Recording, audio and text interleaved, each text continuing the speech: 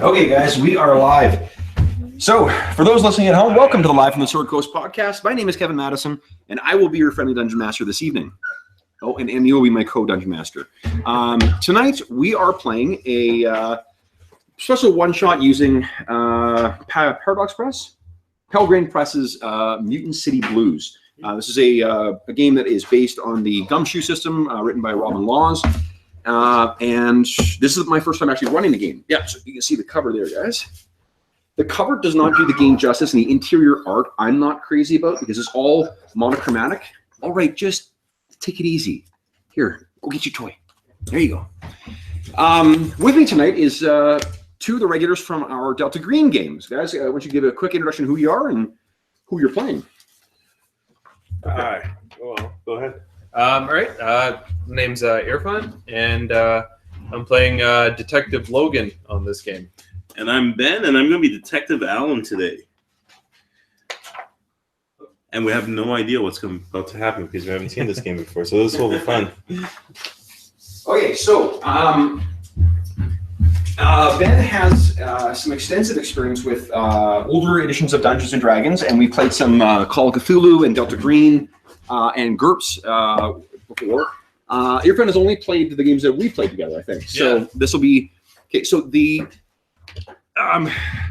for your edification, this game is actually fairly different from... Oh, geez, Emmy. What? What did you knock under there? What did you knock under there? Huh? There you go. There you go. Jeez. You know what? I'm going to have to take her calm off for right now so she can calm down. Come here. All right, hold on. Hey, hold on. All right, so take it easy. So, I'll keep going with the introductions because I can, walk and shoot. So this game is based on a system called the Gumshoe System, and the Gumshoe System was created to address a problem that. There you go. Hey. All right, take it easy. My goodness.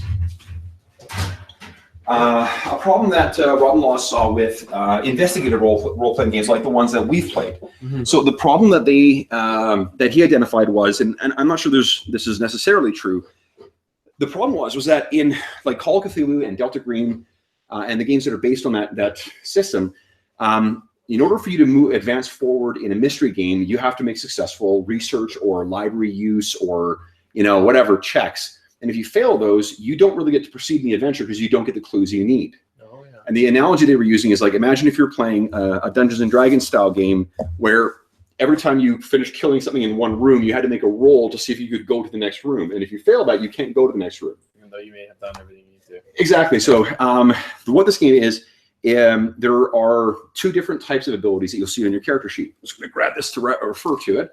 So you have both there are investigative skills, which are on the left of your character sheet, and there are general abilities, which are on your right.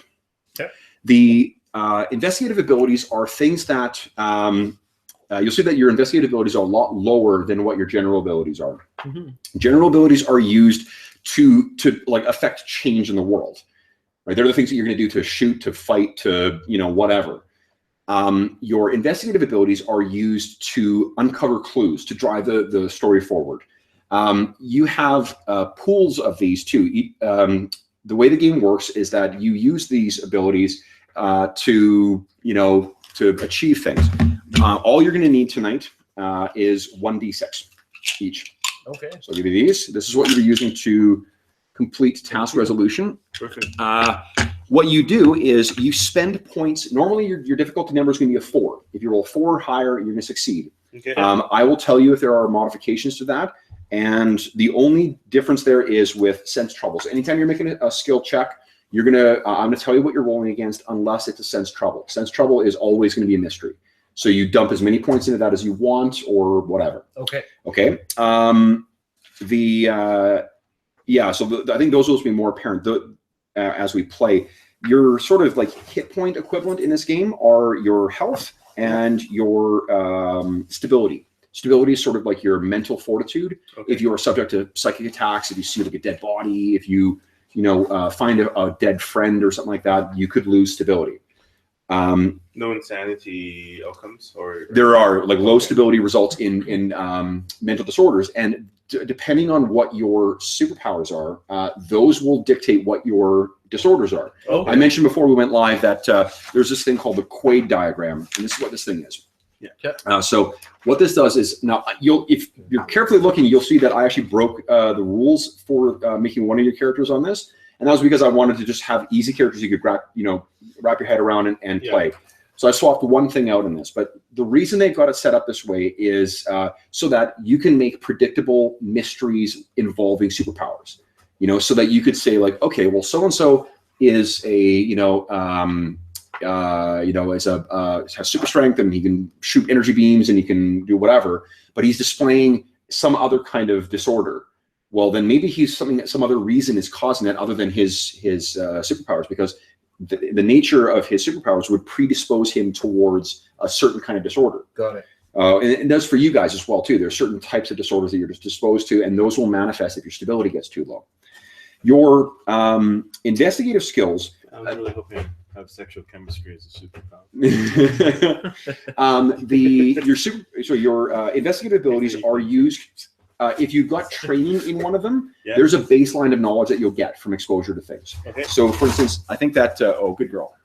I think that the only thing that there's only a few things you guys have overlap in. I sort of intentionally spent the points to make sure that you had like a grizzled vet, who's like, I know how to do this stuff. Like, let me talk to the guys, and I'll get a word out of them.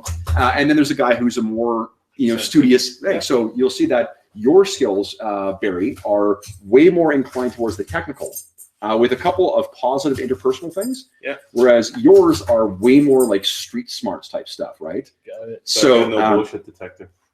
The bullshit detector is amazing. That is one of my.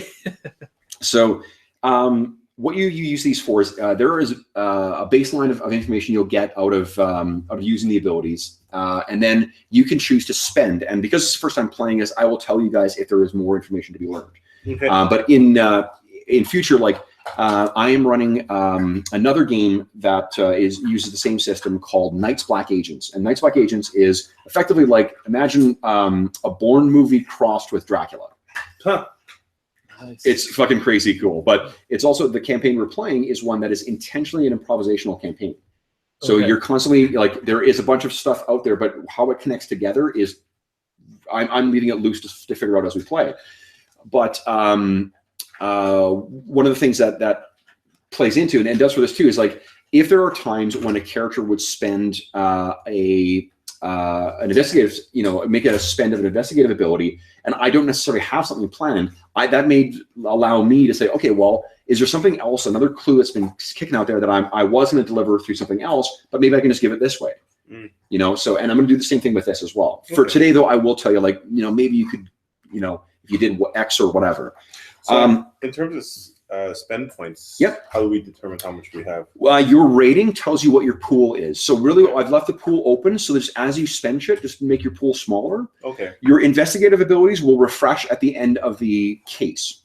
Okay. So once we go through the case, you will refresh those. Your general abilities will refresh after every encounter. Your athletics, your scuffling, which is a terrible fucking name for it. Scuffling is hand-to-hand combat. Yeah. Mm-hmm. Scuffling, shooting, and athletics refresh at the end of every combat encounter. If you take an hour to rest or to have some downtime in a safe place, like at your home, at the local bar, or whatever, somewhere where you're not dealing with the cop bullshit, then you will be you'll be regaining more points as well too from the other abilities. So just to be really clear, if I have let's say a rating of 2 for history, that means I can use my history ability twice. Yes. So, and there's always, because you're trained in it, there's always a base level spend. So like, let's say, you're encountering something and it reminds you of an old case. Yeah. You're like, you know what? I may say like, okay, there's, if you're trained in history, you're going to get if I had been more diligent in my preparations, what I would have done is made copies of those characters. And then I would look at it and say, so I can tell you without having to ask, oh, you've got a level on history. You remember a case from the 70s or whatever that reminds you of this. Yeah. Okay. So the setup too, I realized I did the setup off camera before too. So the game is, you are playing investigators. The year is 2027.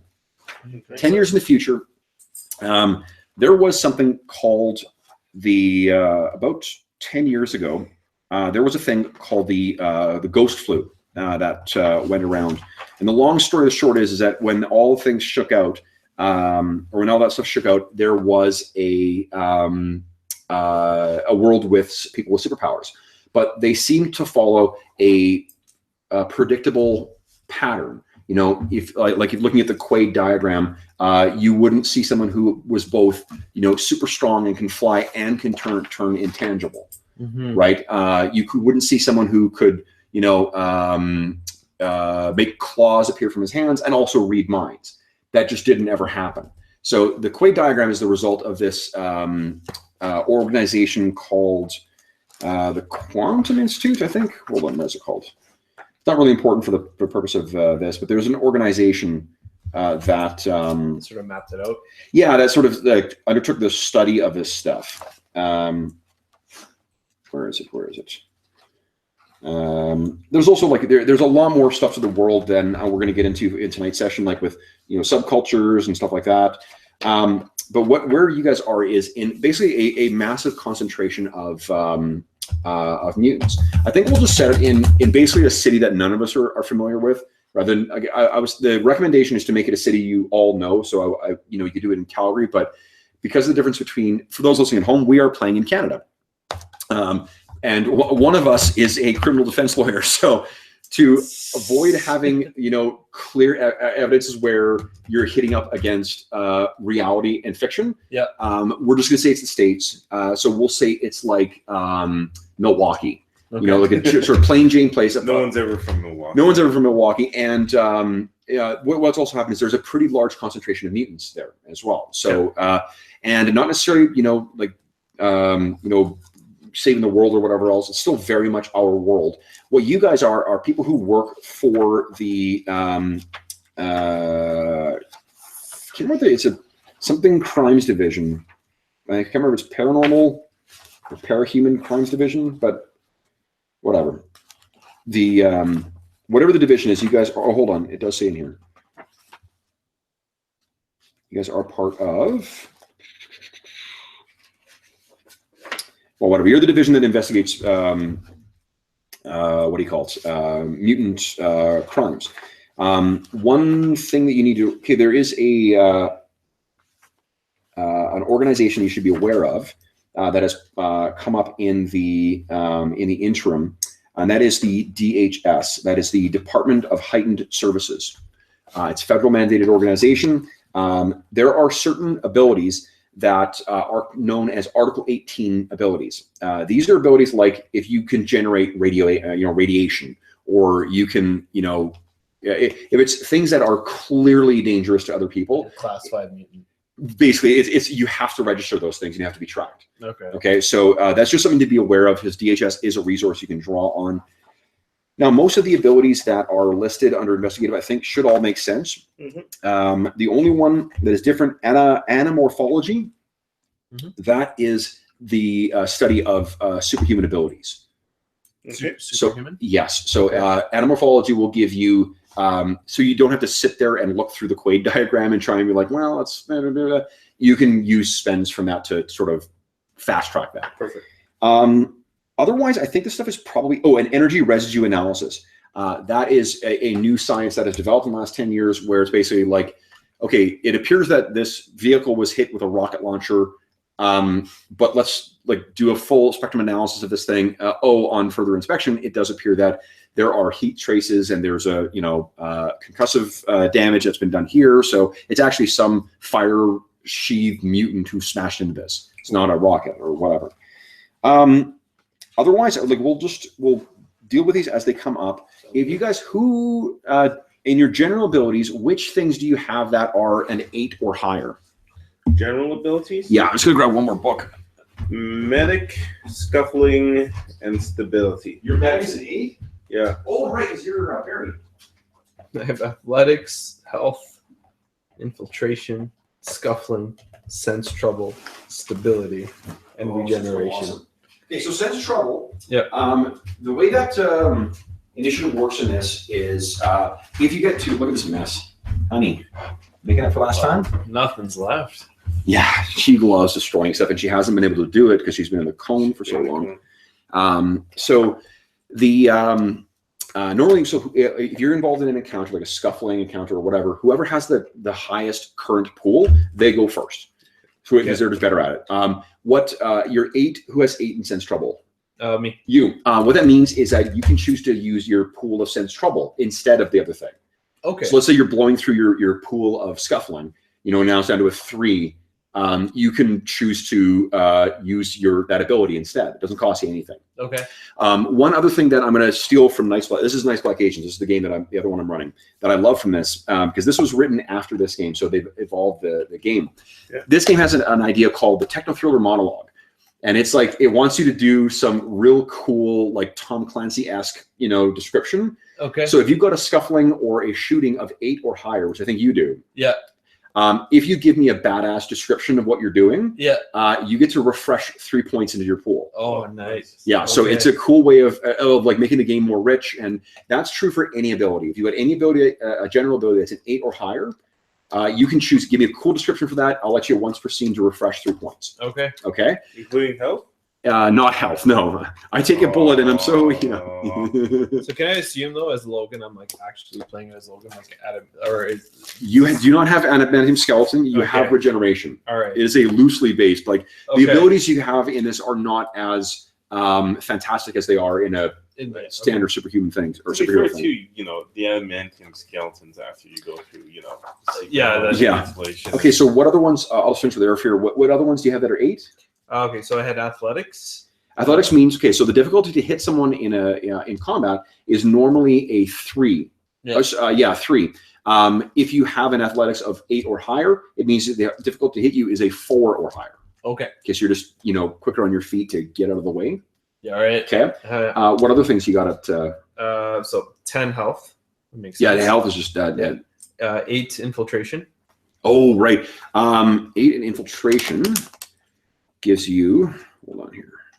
Yeah, this game was the one that introduced the idea that you got once you had 8 points in something, you got cherries, which allowed you to infiltration of 8 or more. You can automatically pick or bypass any normal commercial door lock or alarm without making a test.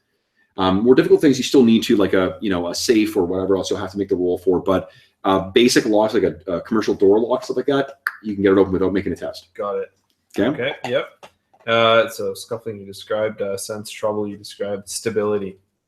Stability. Oh no, nothing special from high stability. That's just your mental. Yeah, that's just your mental hit points effectively. And then regeneration. Okay, that'll be one of your powers. We'll get to the powers in a moment. Which ones do you have at general abilities at 8? Medic is the only one. Medic's the only one. Okay. Scuffling too, but oh no, yeah. Sweet. You get 1 free point in. Is there an investigative ability called Diagnosis? Let's see. They may have changed the names between the games as well. No. Technical. It'll be. Forensic entomology is your studying bugs.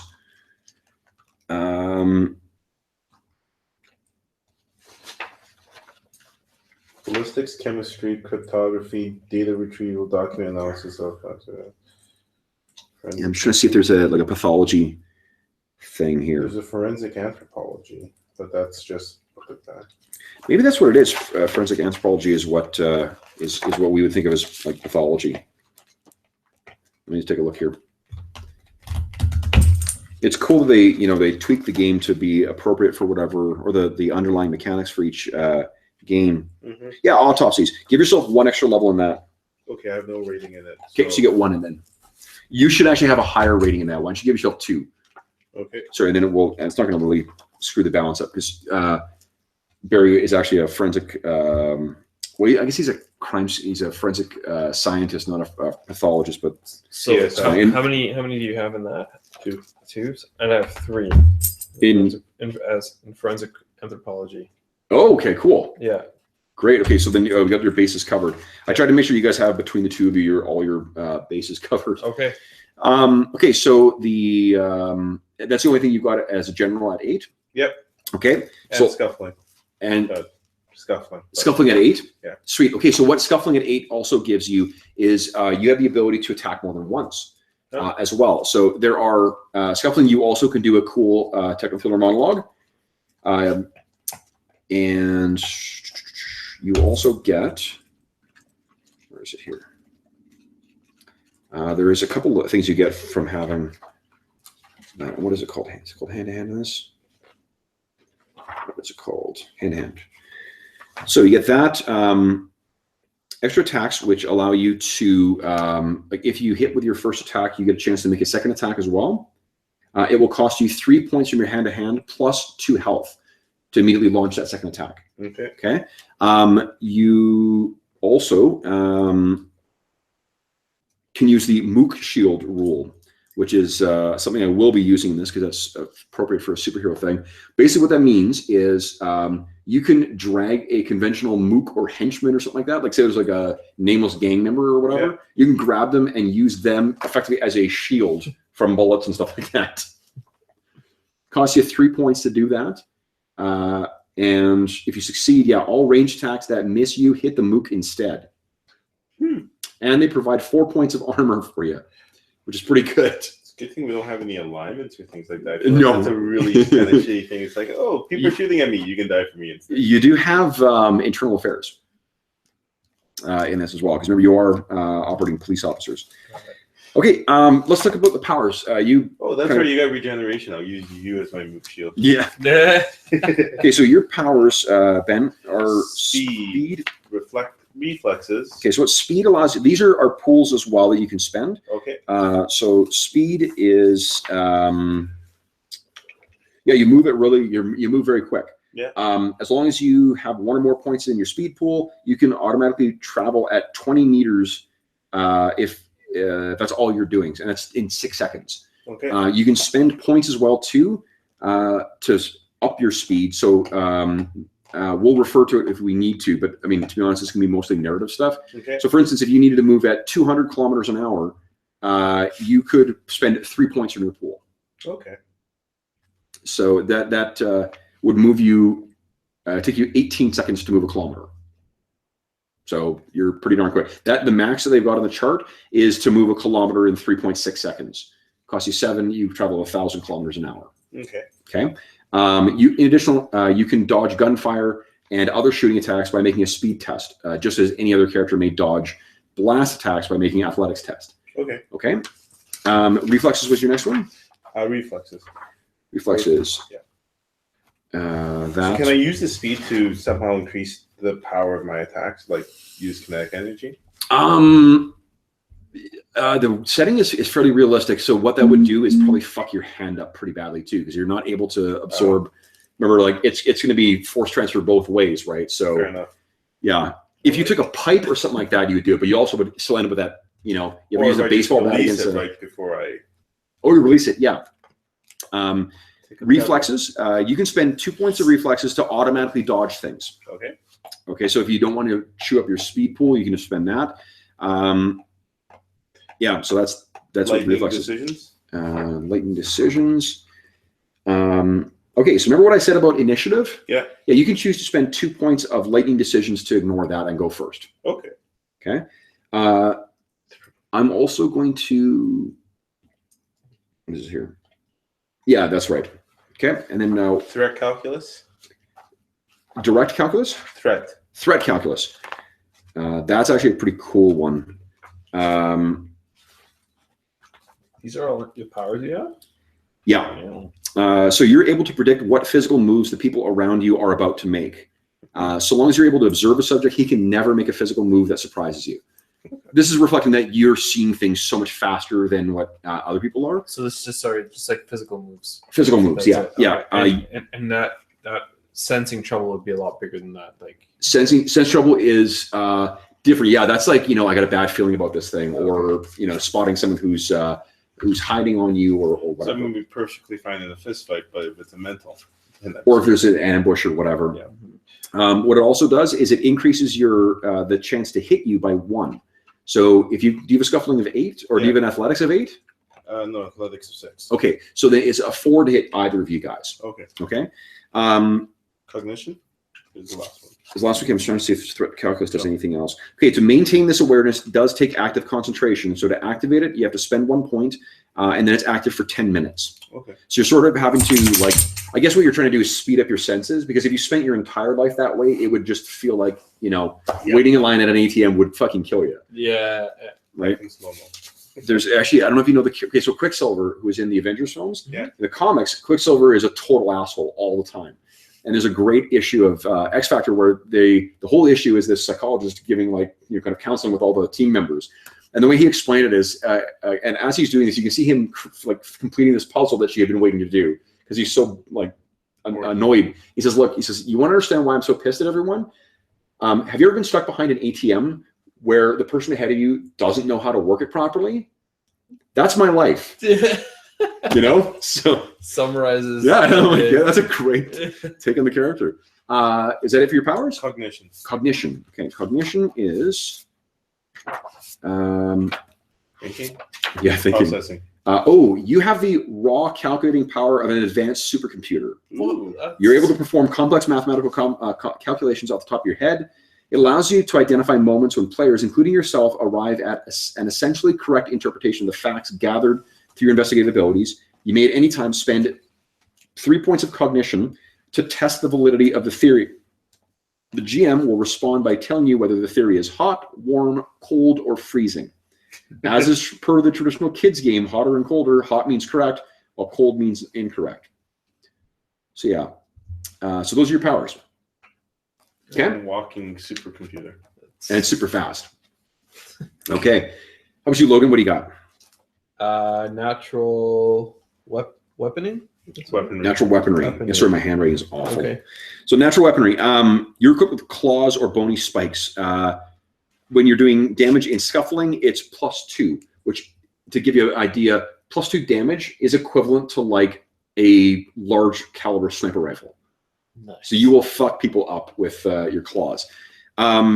You also may spend 2 points from your pool to retract them.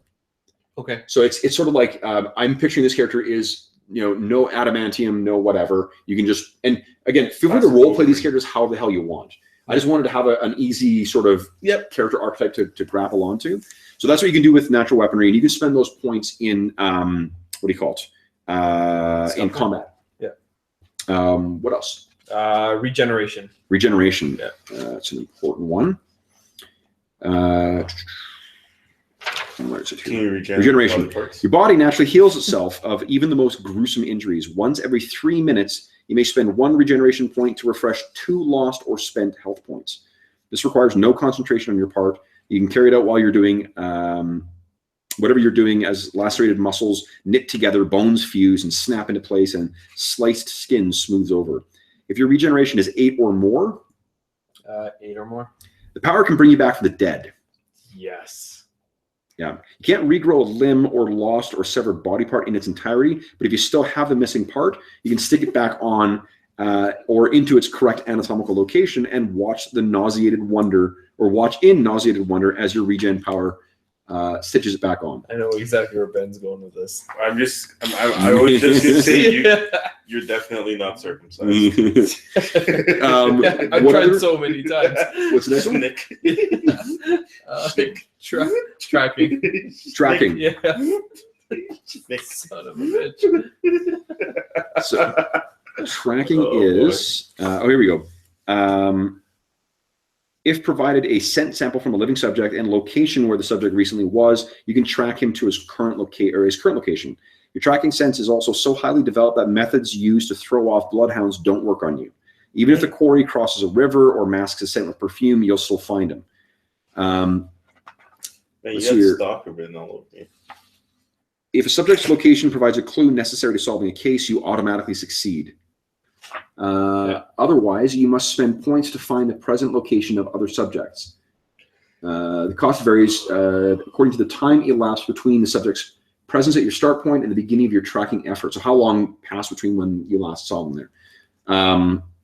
Although you automatically succeed if you spend the appropriate number of points, you may still face other obstacles in the way, from bears to bear traps. I can assure you there's probably very few bear traps in tonight's session. Yeah. The above assumes a mostly natural environment. To track in an urbanized environment, double the cost. So to give you an example, something that was 15 minutes, like 15 minutes away from when they left the place to when you get there, only costs you 1 point in a natural environment, 2 in an urban, up to 10 points for a week afterwards, or 20 in an urbanized environment. Damn. What is your tracking anyway? It's 6. 6 means a maximum of 12 hours. So after 12 hours, your senses just can't follow it. And that's in a natural environment. You had a narrower window, 3 hours in the urban environment. That's a real no. Yeah. So I mean, I think it'll be helpful. You can also spend those points to.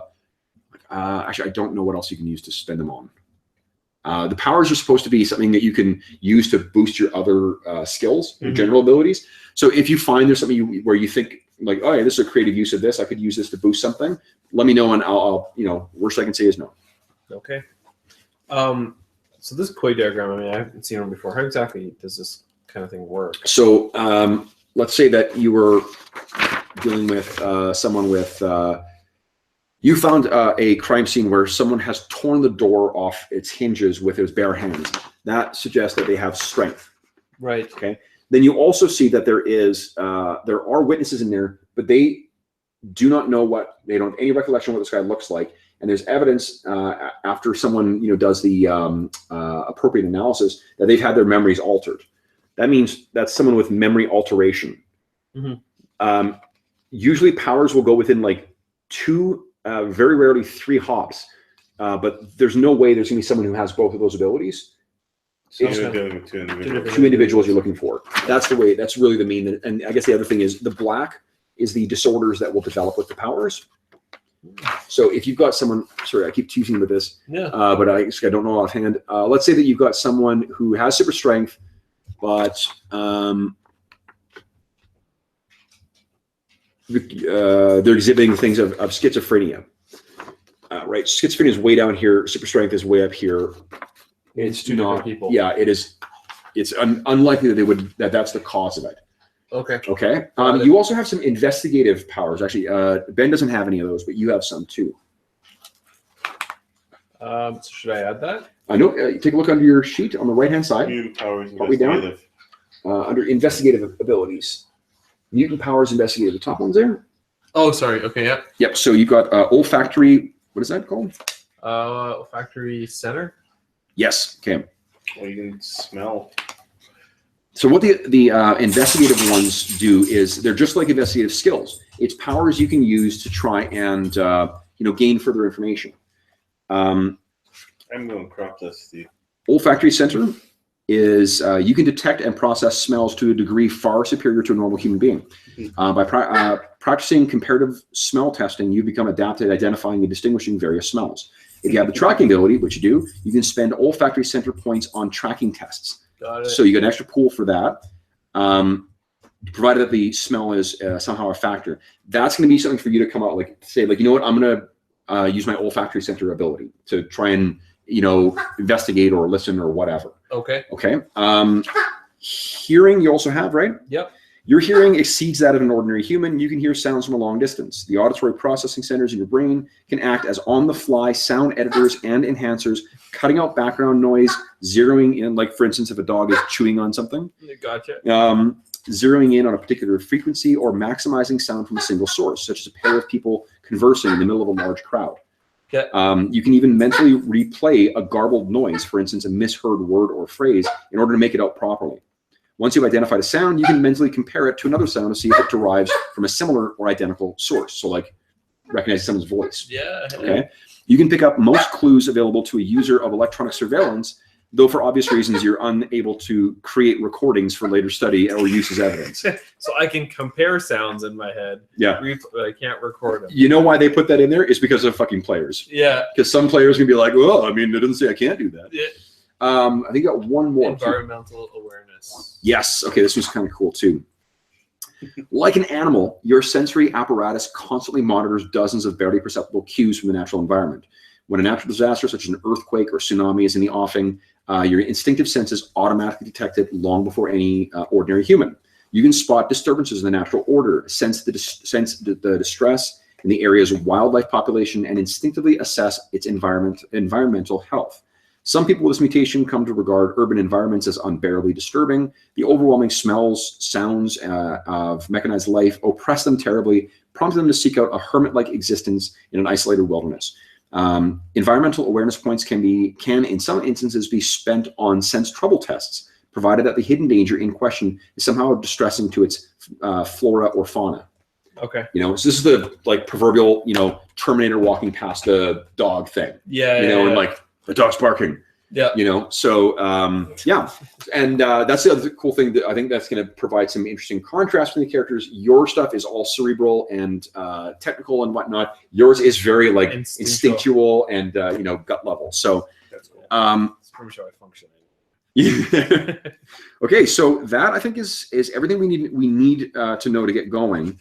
You obviously you're equipped with sidearms. You're equipped, but don't necessarily have to be wearing flak vests as well. Not flak vests, the Kevlar, jackets, which provide. Hold up here.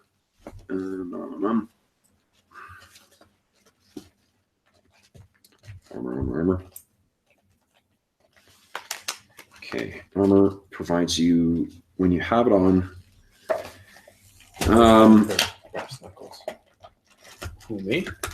By 1. So it reduces bullet damage by 1. Unfortunately, it doesn't help you against an energy blast or some similar, thing. Boy, you were really making up for lost time.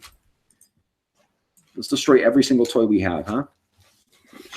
Happy puppy. Good girl. Okay, so the adventure tonight, or episode, is called Food Chain. All right. Okay.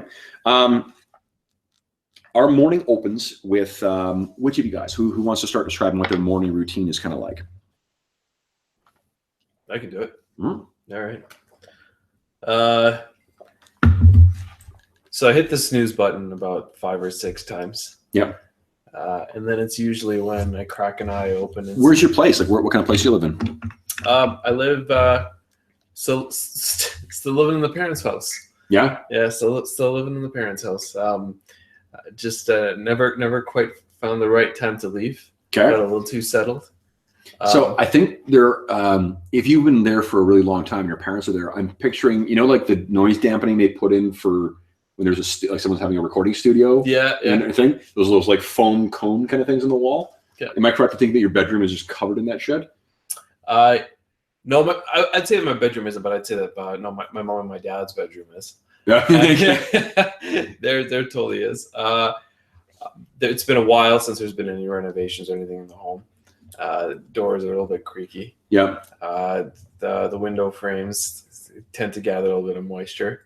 Okay. Waking up in the morning is more or less a combination of the wind whistling, trying to get into the bedroom, and the alarm going off. Okay. And is the reason he stays home maybe kind of like, like when you put background noise on to sleep or something like that? It's just these are the comfortable noises he's used to?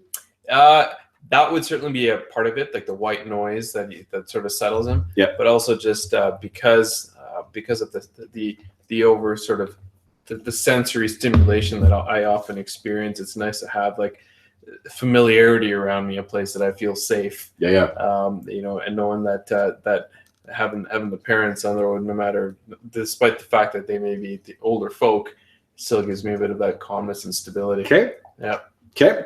So you wake up. Your mom's maybe made your coffee. Yeah. First thing. Yeah. You check your. Do you keep your? I guess you must have to keep your phone with you, right? Yeah, I keep it on side table. Okay. It's got a nightlight feature, so it's always lit. Okay. Keeps a corner of my room as well lit too. Yeah. So it's always a bit of a shadow that results from the light being cast onto a lamp, and it sort of drags across the base of the room. Okay. Yeah. Okay. So you, when you check your phone, you see that there is an urgent text message from your partner, Detective Allen. Because there is a whatever the code is for a hostage situation. All right. Okay. Which of you guys drives? He does. Yeah. Okay. So we find you on the way to go and pick him up at his parents' place. Why don't you guys give us a quick description of what you guys look like too? Okay. Well, I was going to do actually on my way there. I haven't had breakfast yet, so I got to stop off at my local drive-through, and I ordered 20 breakfast sandwiches. Okay. Yeah. I mean, I have an incredibly high metabolism, so I'm constantly eating. Yeah. Right, and still, skinny as hell. Not like me in real life, like can eat whatever doesn't put on a single ounce. That was actually a running joke in Flash comics for a long time too. How he's the fastest man in the world, but he's always late for stuff. Yeah. Because he's always gotta get food, right? Yeah. So really skinny. He actually has long wavy hair because he likes to feel it in the wind as he's running. Obviously because he's fast and whatnot, very toned and whatnot, but so no extra fat because he just sucks up all his energy. He, if you didn't know any better, you'd swear he has ADD. Okay. Yeah. So I'm picturing your fingers kind of drumming on the. He's got the thing as he's driving. Yeah, he's got the pedal. He's not tailgating anyone. He's just weaving in and out of traffic and whatnot. And he finds the responsiveness of he's driving a little sports car of some sort, but he finds the responsiveness to be like that of a bus. Okay, nice. Okay, so you pull up to Detective Logan's place. One more stop before I get to Detective Logan's. I stop off at the pharmacy, pick up some Dramamine because I know he's going to need it in the car. Yeah. Okay. And I'm hoping as well that you stop by the liquor store because you know that I can't start off my day. Yeah. Without the bottle of JD underneath the front seat. Well, that's the thing I was thinking too. Like if you constantly smoke, because I mean, like the Wolverine character up until the 2000s when they the editor-in-chief said no one could smoke in Marvel Comics anymore. I used to smoke all the time. Yeah. And part of the reason I think is to blunt his senses, right? Because to sort of keep, right? Because I mean, if you smoke, one thing you're sort of used to smelling, then at least that will blunt everything else. Mm-hmm. Mm-hmm. But what is what do we see when the door opens and you walk out? So I wear the same thing that I'm wearing every day. Yeah. I got my black dress pants. Yeah. I got a white shirt that has a bit of cigarette ash, just sort of tends to gather around it. Yeah. Hair is just perpetually messed up. Ooh, sweetie. That's fine. I always have like rough stubble. Yeah. Around my face, deep bags underneath my eyes, I don't realize though that I actually have quite a built chest and tend to buy shirts that just don't fit right. So the first two buttons always look like they're about to pop out. Okay. And then I have a jacket with me. There's always a flask in there. Yeah. Top it up each morning. Some Jack Daniels. Don't really. Hey. No. So she's licking her. The stitches. This is why you have a cone, doofus. Come on, over here. Come on. Sorry, keep talking. No problem. Back on because she's doing what she's not supposed to be doing. Come here. Come on, sweetie. Off you go. Come here. Come here. Come here. Come. Amity, come here. Come on. Good girl. Good girl. Yes, good girl. Oh, good dog. Okay, so you got the jacket you're carrying with you. Yeah, and impeccably well polished shoes. Something that I grew up doing because my dad forced that habit into me. Yeah. Okay. Cool. All right. What are you wearing? He's on his second pair of sneakers this week. I recently signed a promotional deal with a Chinese sports company. Yeah. So I wear exclusively this brand of sneakers, and they provide me the sneakers for free. Okay. He also has because he needs very frictionless material, spandex type of Lululemons actually. So Okay. That way they don't chafe and Lululemons to work. you just need something nice and loose, can move. Yeah. Give him excellent mobility and whatnot. Okay. And And a sport jacket on top. yeah, That's awesome. He's like the what do you call it? The everyone's what they think of when they think of a Silicon Valley executive, right? and then sunglasses, or actually highly reflective sunglasses, so that Nice. way he once he starts, because otherwise the eyes just dry out way too quickly. Okay. Goggle like. Okay, so you pull up and you hop in the vehicle. You know that in the bag in the back is more booze, so you grab that, start filling up your flask again. Yeah. I hand him a pair of actually the stuff that you wear when you go to sleep. An eye mask. I hand him an eye mask and a pair of earplugs. Like, thanks, I need that. You look like a goddamn yoga instructor again today. Have you had sex yet? It's a century. What? Still living with your parents, man. You're the only man in his 30s that I still pick up from his parents' place. Come on, put the shit out so I can get going. God damn it. You're making too much noise already. Come on, hurry up. One burger? No. Okay, so you guys, we cut to you guys pulling up downtown, and as you arrive on scene, you find a major downtown intersection that's blocked off with police barricades, and in the middle of the intersection, cutting diagonally across it, is a city transit bus. There are sheets of newspaper that cover the windows placed there from the inside. Around the bus, the scene is one of escalating hysteria. News helicopters buzz overhead, patrolmen line the barricades, forcing back reporters, onlookers, and worried relatives. Every so often, a wave arises in the crowd, threatening to overturn the barriers. Officers shout in the bullhorns, warning the throng to calm themselves, to no appreciable effect. Workers from the surrounding office towers hang from the windows, trying to see what's going on. It seems as every second person in the scene holds up a camera phone or a video recorder, determined to capture some kind of catastrophic personal news footage. So as you guys pull up in the scene, you're gonna have to it's gonna be a bit of a struggle to get through the crowd. On a 1 point spend of cop talk, intimidate, or reassurance, you can induce the crowd to part impressively as you approach. So you sort of like elbow your way through, or do you want to do something to get them to get the fuck out of the way? That's really just a show, it's not really it's not a barrier to get you to the scene. Yeah. But So what do you think? spend a point or Well, I don't have any of those skills. what would that fall under? Cop talk, intimidation, or reassurance. Oh yeah, reassurance. Yeah. Okay. I get out of the car with a flourish, put on the jacket. It's like, it's all right. I'm here. I've got this now. Okay.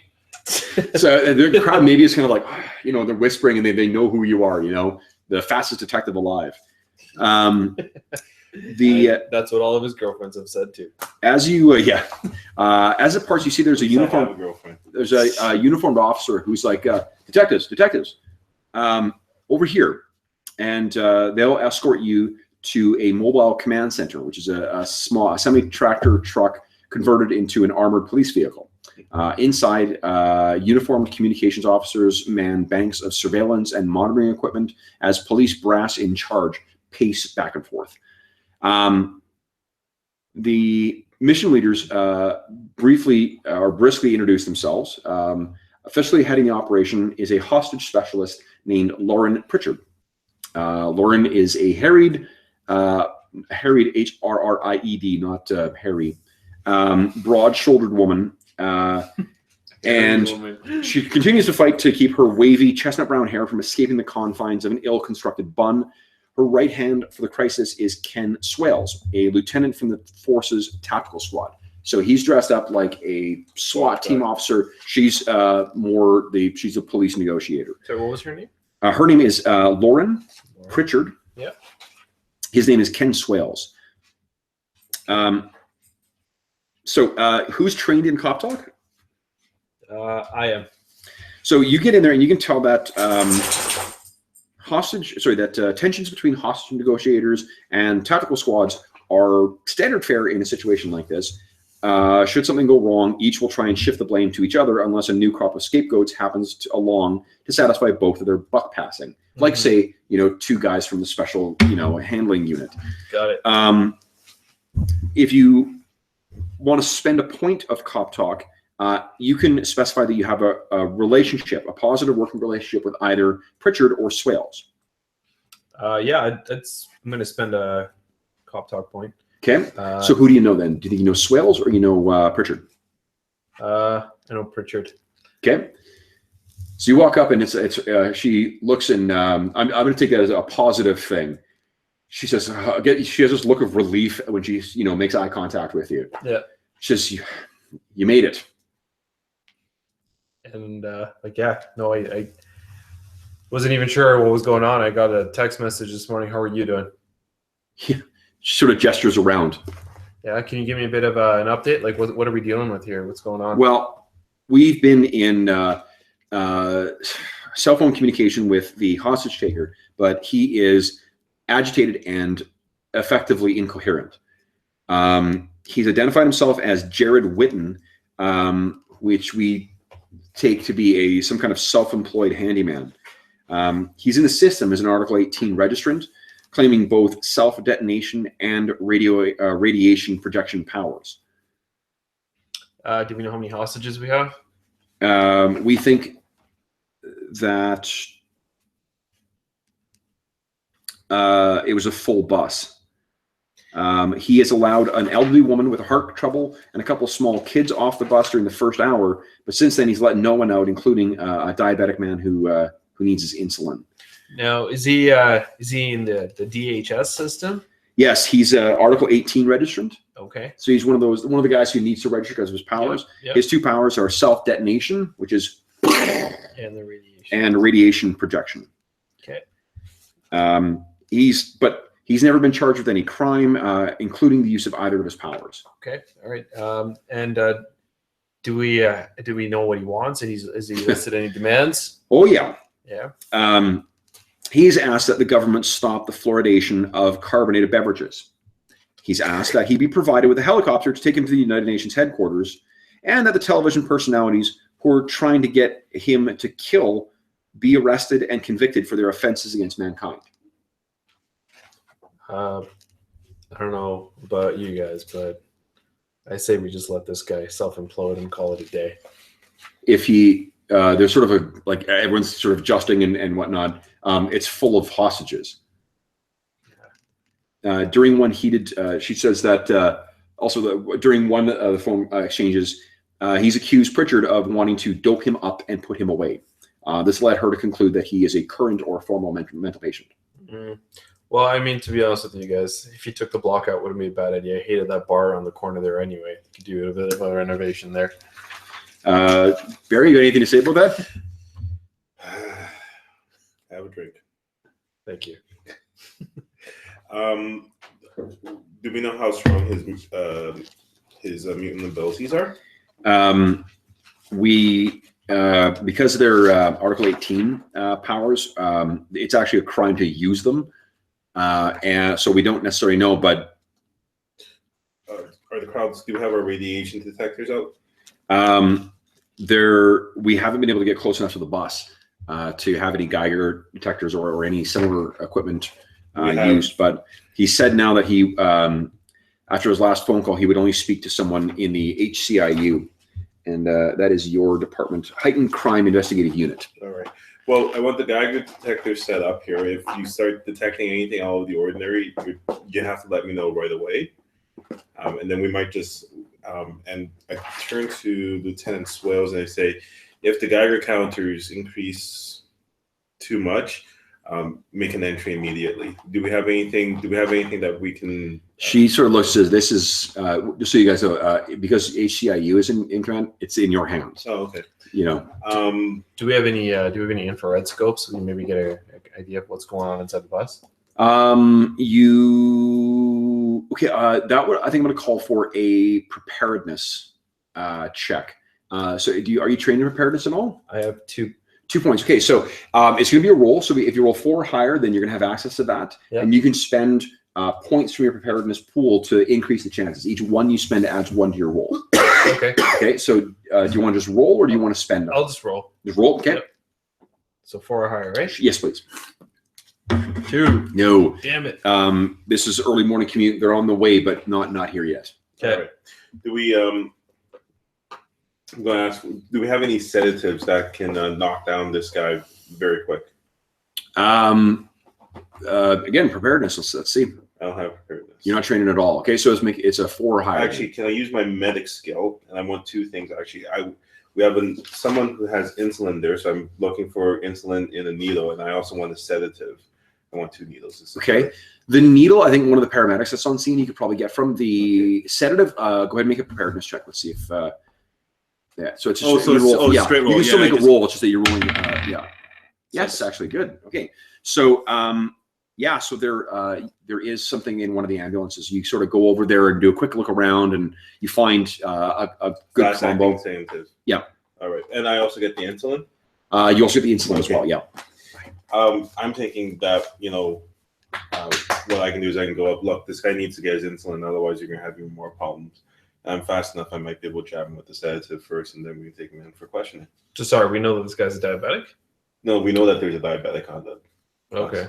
Yeah, right. and he wouldn't let he let the elderly woman off who had a heart condition and some kids, but there's a diabetic on there who's out of insulin or needs his insulin, and he won't let him off. Sure, maybe you don't want me to do it. I mean, if this guy decides to go all tiki time bomb. But I'll be fast enough, I might be able to get him out of the way. Why don't you create a corridor for me so that I can get to, is there a park nearby or something like this? Probably, yeah. Okay, and seal off the park, and I'll take him to the center of the park. Hopefully I can just manhandle him there in case this doesn't work, and if he does detonate, then he'll minimize any casualties. Okay. Okay. All right. All right. Ask Pritchard to put the guy back on the phone. Okay. Or put the guy on the phone and say that there is someone from HC. You here? Do you want to talk to him first, or? Yeah. No, actually, I think you should, because if you're going to be going up to him, I think Okay. you're going to build that rapport. Go ahead and do Sure. that. All right. Okay. So she calls up, and you can hear this man's voice shouting on the other end of the phone, and then she says, "Yes, no, their HCIU is here. Hold, just a moment. This is Detective Allen," and she hands the phone over to you. Hey, buddy. You gotta get me a helicopter.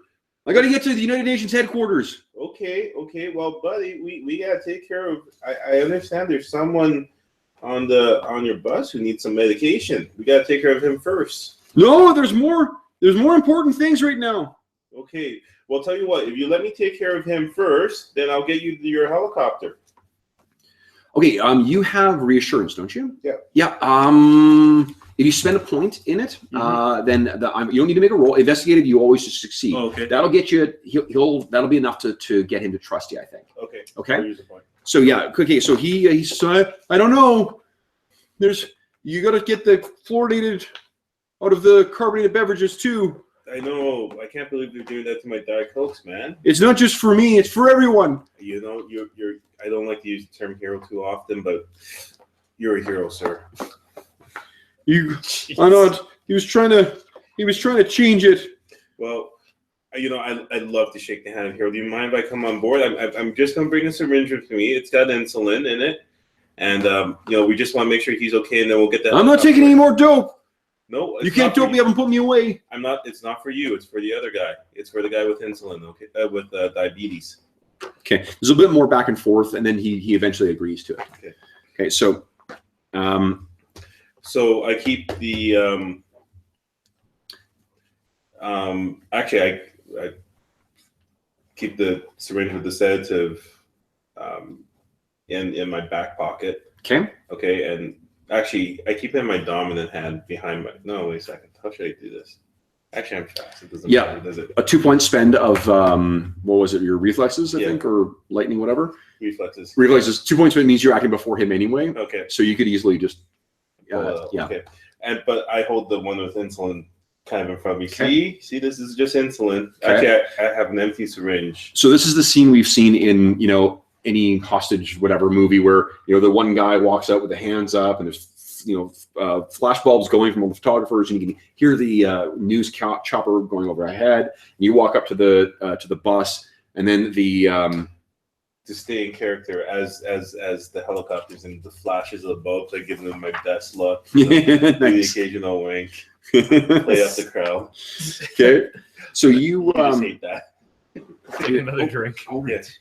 Take it easy. So you make your way up to where the actual bus is. Where do you want to be? Are you just kind of waiting on the side right now? No. At this point, Detective Allen suggested that I head down to the park. Oh, right. Yeah. Okay. So I'm making my way there. Sure. So you hop in his car and you drive over. Yep. Okay. I'm just securing that spot, making sure that there's a bit of a police barricade there as well. Yeah. Let me see. If you go full out, I'm just looking at the speed thing again. Big shake. So we know that you can run. Where is it? If you're going 1,000 kilometers an hour, it takes you 3.6 seconds to travel 1 kilometer. If it was 500 meters away, that would be 1.8 seconds to travel that distance. Okay. So maybe sort of like GPS it and find a place that's either like a park. Does that have to be a park or just an empty area? An empty area. The largest, if there's like a construction site, there's empty. Yeah, or a parking lot or something like that. Parking lot, yeah. Yeah, sure, like a surface lot. Yeah. So whichever pick from amongst those. Yeah, I'm not fussed with. Whichever one is the nearest one. I probably because it's downtown, it's probably a parking lot. A parking lot. But yeah, there's a surface lot, and you've had uniformed officers, clear everyone out of there. Yeah. So you've got the clear path to get there. Okay. So you walk onto the bus, and Witten is a guy in his where is he here? I think he's actually fairly young. Okay. I think he's only like 18 or 19 years old. So is there something I have in terms of my observation to see if there's anyone else that's he might be working with, or whether he's a solo act? I think were you trained in let's see here. Trouble? Well, sense trouble is an active thing. That's to detect an actual threat. I think this would be forensic psychology. I'm trying to because are you trained in forensic psychology? There isn't that stuff. Yes, there is under academic. Oh, yes, I am. Okay, so you don't need to spend on this. This is something you would just know already. Okay. These types of situations, this doesn't appear to be a political act. Yeah. It doesn't appear to be a terrorist sort of thing. He's not claiming to be part of any other thing. This is kind of a lone nut situation. Sure. So it's unlikely that these types of folks work in concert with someone else. Okay, no, but what it is I'm trying to see if there's someone trying to control him. So that you can't tell from here. No. On the bus. Oh, you mean like remotely? No, like getting onto a bus. I see like are all the hostages? Oh, I see what you mean. Scared, okay. Or is there someone who is just feigning? Yeah. Okay. Okay, so you're going with this. Let's see Sort here. of taking advantage of him, like Yeah, puppeteering him. Exactly. Yeah. Okay. I think that would be bullshit detector. Maybe it's probably the closest. Do you have any training in bullshit detector? No. Okay. Would my ability to sense trouble pick that up? That something about the situation's off. And maybe if there was, I mean, I think that if you went a little. Well, here's what I'll let you do is why don't you make a sense trouble roll for me? Yeah. And I'll let you add in. You can add in from the olfactory thing if you want, or you can spend from your sense trouble pool.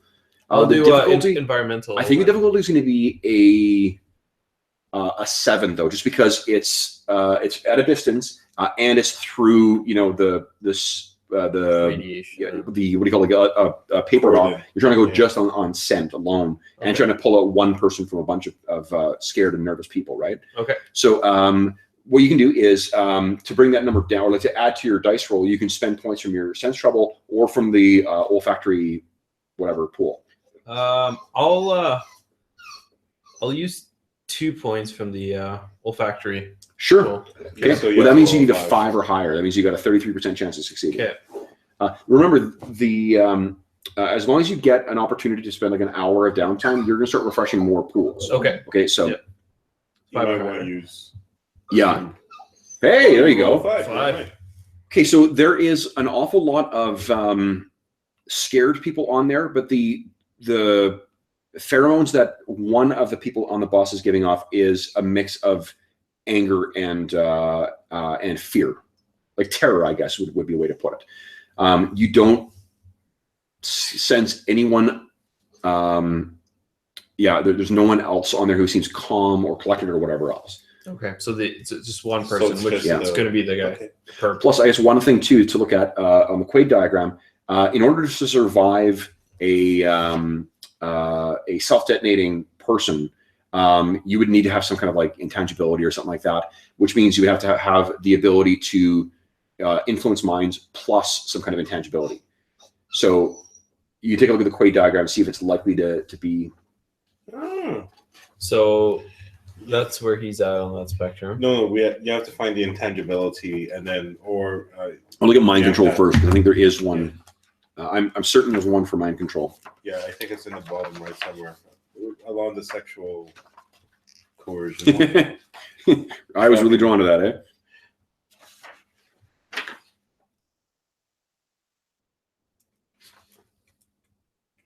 Emotion control. There it is.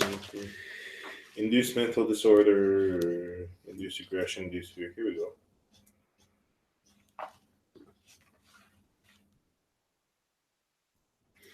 Yeah, so all that stuff is at the bottom, and Bottom right, emotion control. There's no control. There's possession. Yeah. But yeah, I mean, like, Yeah, it's nowhere there. yeah. So the Sorry. memory alteration. I guess you could use different combinations to try and get there, but nothing really obvious. Well, that's good. And I think I'm just, being a little too careful. No, I mean, Yeah. in these situations, never no such thing. So, Scritch. I go onto the bus. Okay, so you walk on the bus, and he's there, and he's he's quite quite agitated. Sorry, just give me a sec here. Hey, Mr. Witten, how you doing?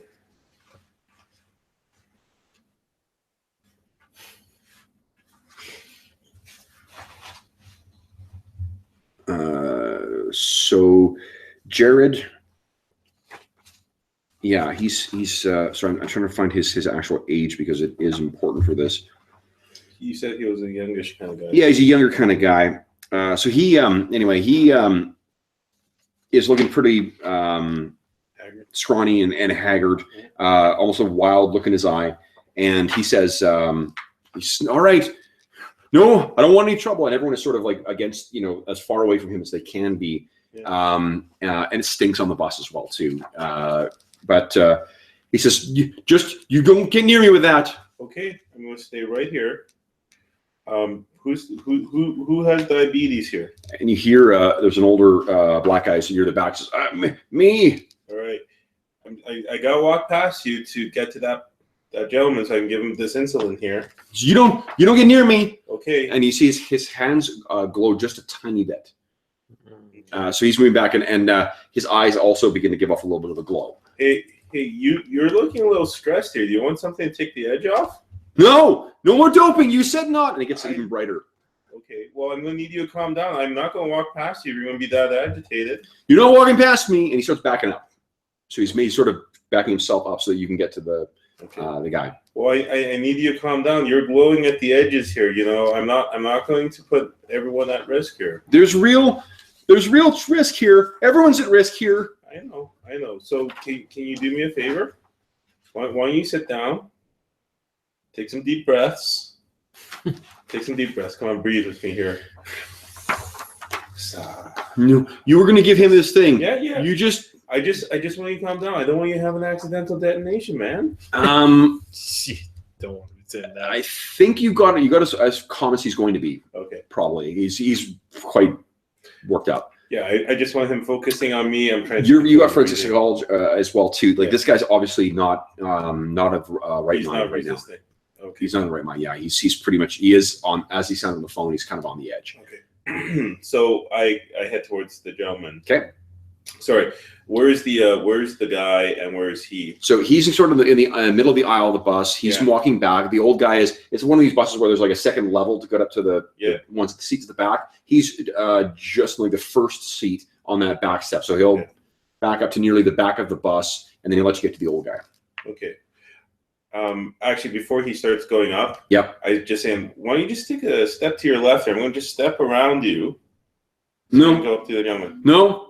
You're going to go all the way to the back? All the way. Okay, that's fine. So he steps back, and do you have is there a time you're waiting for to try and? Yeah, so if he starts stepping back, I'm going to wait until he turns around to see where the next step is, and that's when I'll dart forward and try. So I'll get you to spend 1 point of that cognitive, the thing that slows down time for you. Cognition? Yes. Yeah. So, because then what that does is basically in the movie version of this, what we see is this guy suddenly his movements all become in slow motion. And he's looking around to try and take put his foot back up on the step, and then you're gonna race in. Yep. Okay. So, what I'd like you to do is it's gonna be a scuffling check. Okay. And I'll let you spend either points from your scuffling pool or from your speed pool. I'm going to use points from my. I'll probably use points from my speed and scuffling. And just because of who I am, I'm going to have.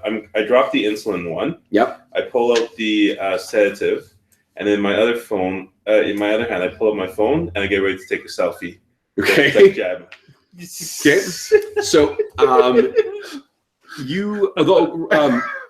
bear in mind that you couldn't really post that because it's evidence from an ongoing investigation.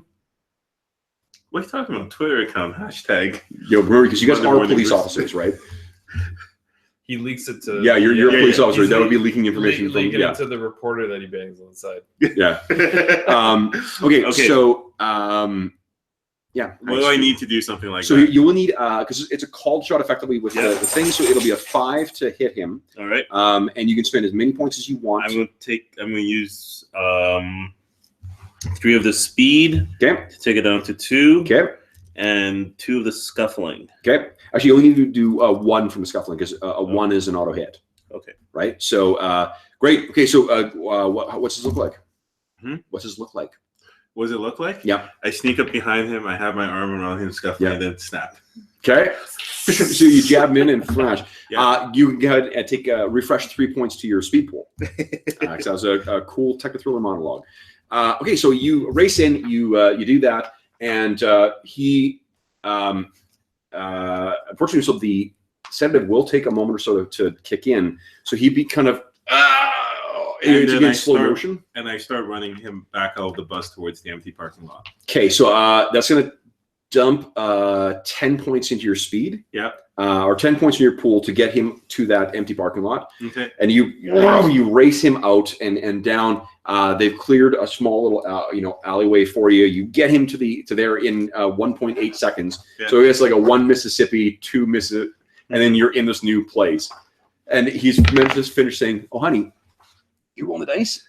Thank you. Take it easy, you. Now come up. Come here.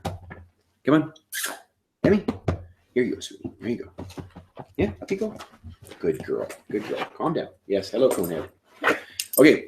So you race there, and what's the plan when you get there? You just sort of then racing back so you don't get caught in an explosion, or what? Well, I'm trusting that I'll have enough speed that I can get away, and I just want to see what happens. The sedative takes place at one. Sure. Because one thing, who's trained in I can't remember what it's called, the thing that for energy residue anamorphology. That'd be me. Okay, so one thing you would know is that you would have. I'll let you do this as a flashback. One of the things that you know about self-detonating people is that they explode and then they will reform at some nearby place. Oh, they reform. Yeah. Okay. Yeah, they're not like a one-shot deal. Okay. Yeah. So so I guess at least he's away from other people at this point. But I think that the sedative will. He kind of you rolled a 6, which is amazing. So you got something that's going to kick in really fucking quick. And then I think what you're going to need to do is get him to paramedics to avoid the OD.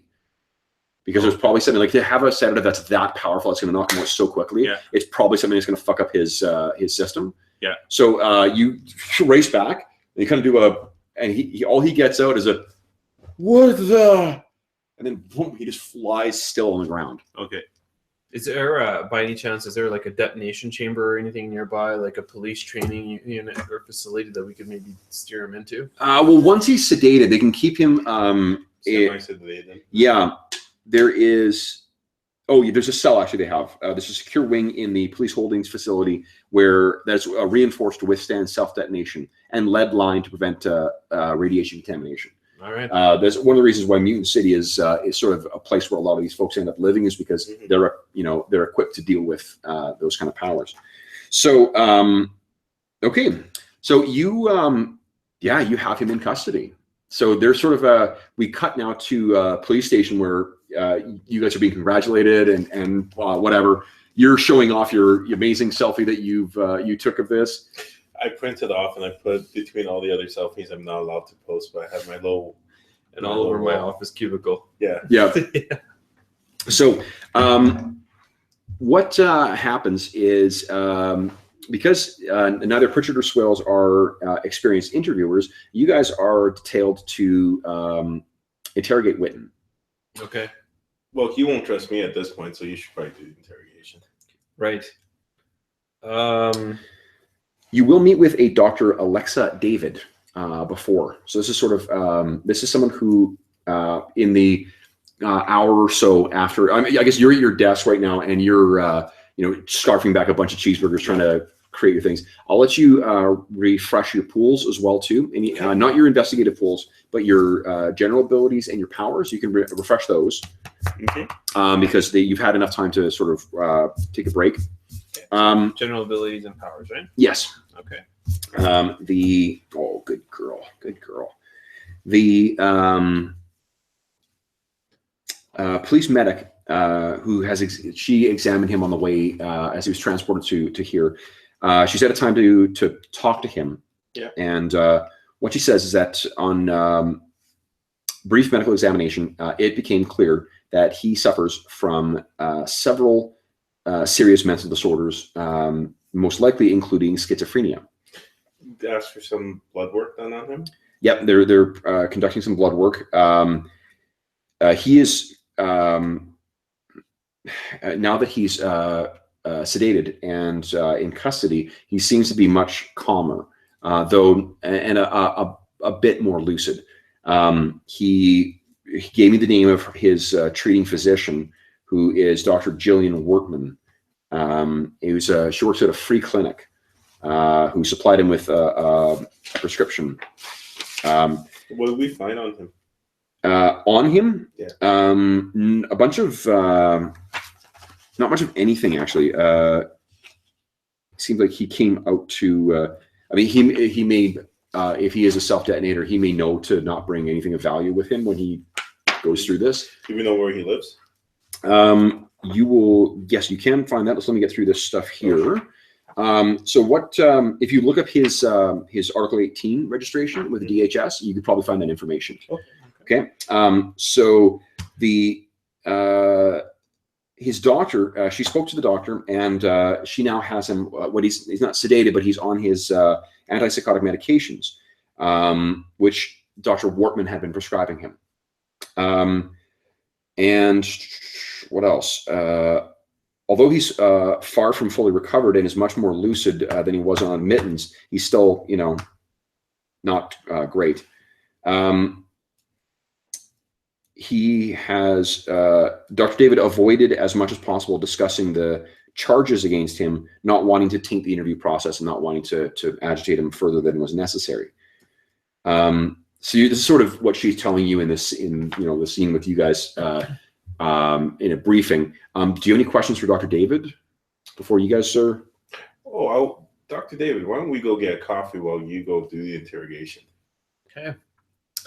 Well, you guys do want to have to remember, again, you're police officers, so it's good cop, bad cop. You need at least to be able to observe the interrogation. Otherwise, he'll have to fill you in on what happened afterwards. Okay. No. Okay. I take Dr. David over into the side room. Okay. So we can see the interrogation. Okay. I use that as a chance to show her my selfie. No, I was going to say that. I was like, that's probably what he's doing. Yeah. Okay. So her reaction is largely just befuddlement as to someone, there was nearly multiple murders today, and you're more concerned with taking photos of yourself? You see, when you're as fast as I am, you can do it all.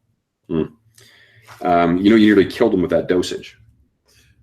Hey, why did we also save the lives of 20 innocent people? You're trained in anamorphology, right? Yep. So, It's not yeah, like just I'm- by being trained in that, if you take a look at the Quaid diagram, Witten's powers are self-detonation and radiation projection. Yep. Those are not typically correlated with schizophrenia. Gotcha. Those are typically correlated with depression. Yeah, exactly. So that just, you know, your experience in the stuff, it just gets you thinking like,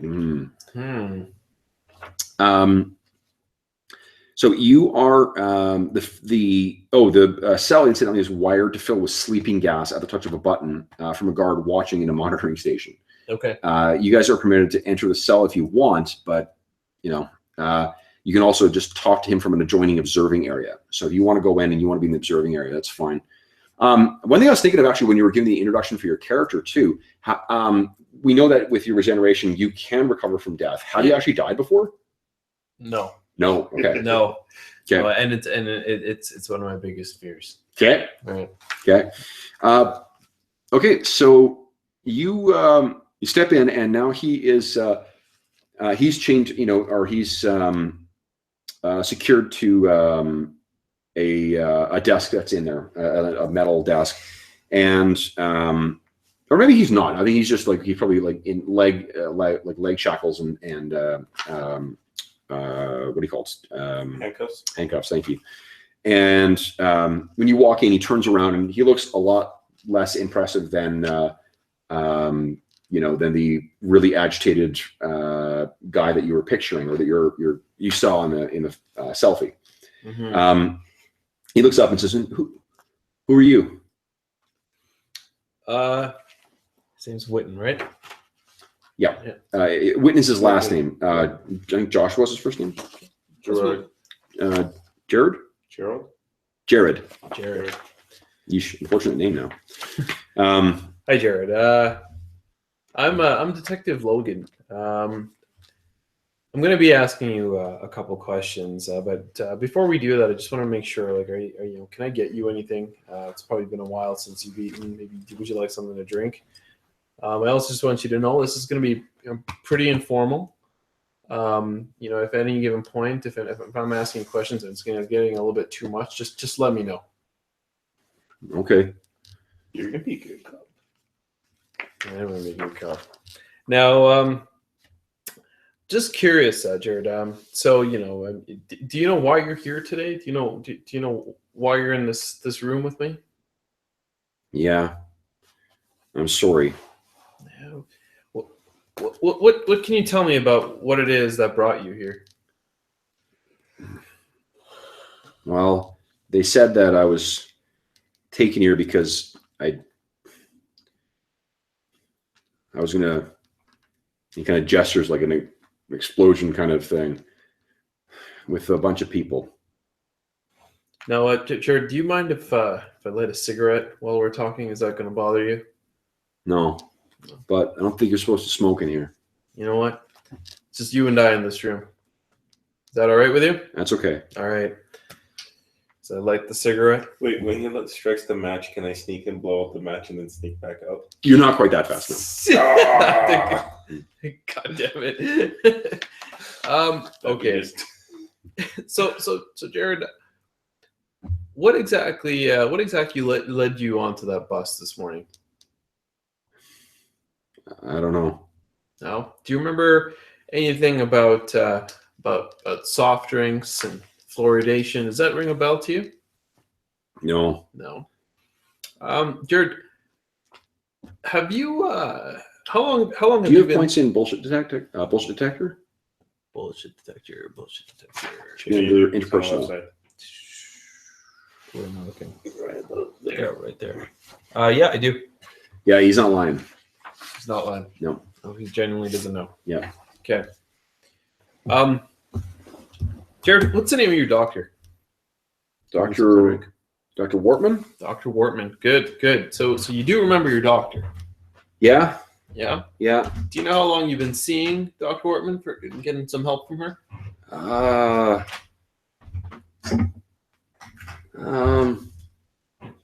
don't know. You don't know, eh?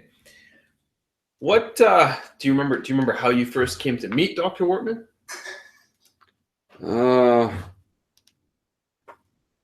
I don't. She helps me with my pills.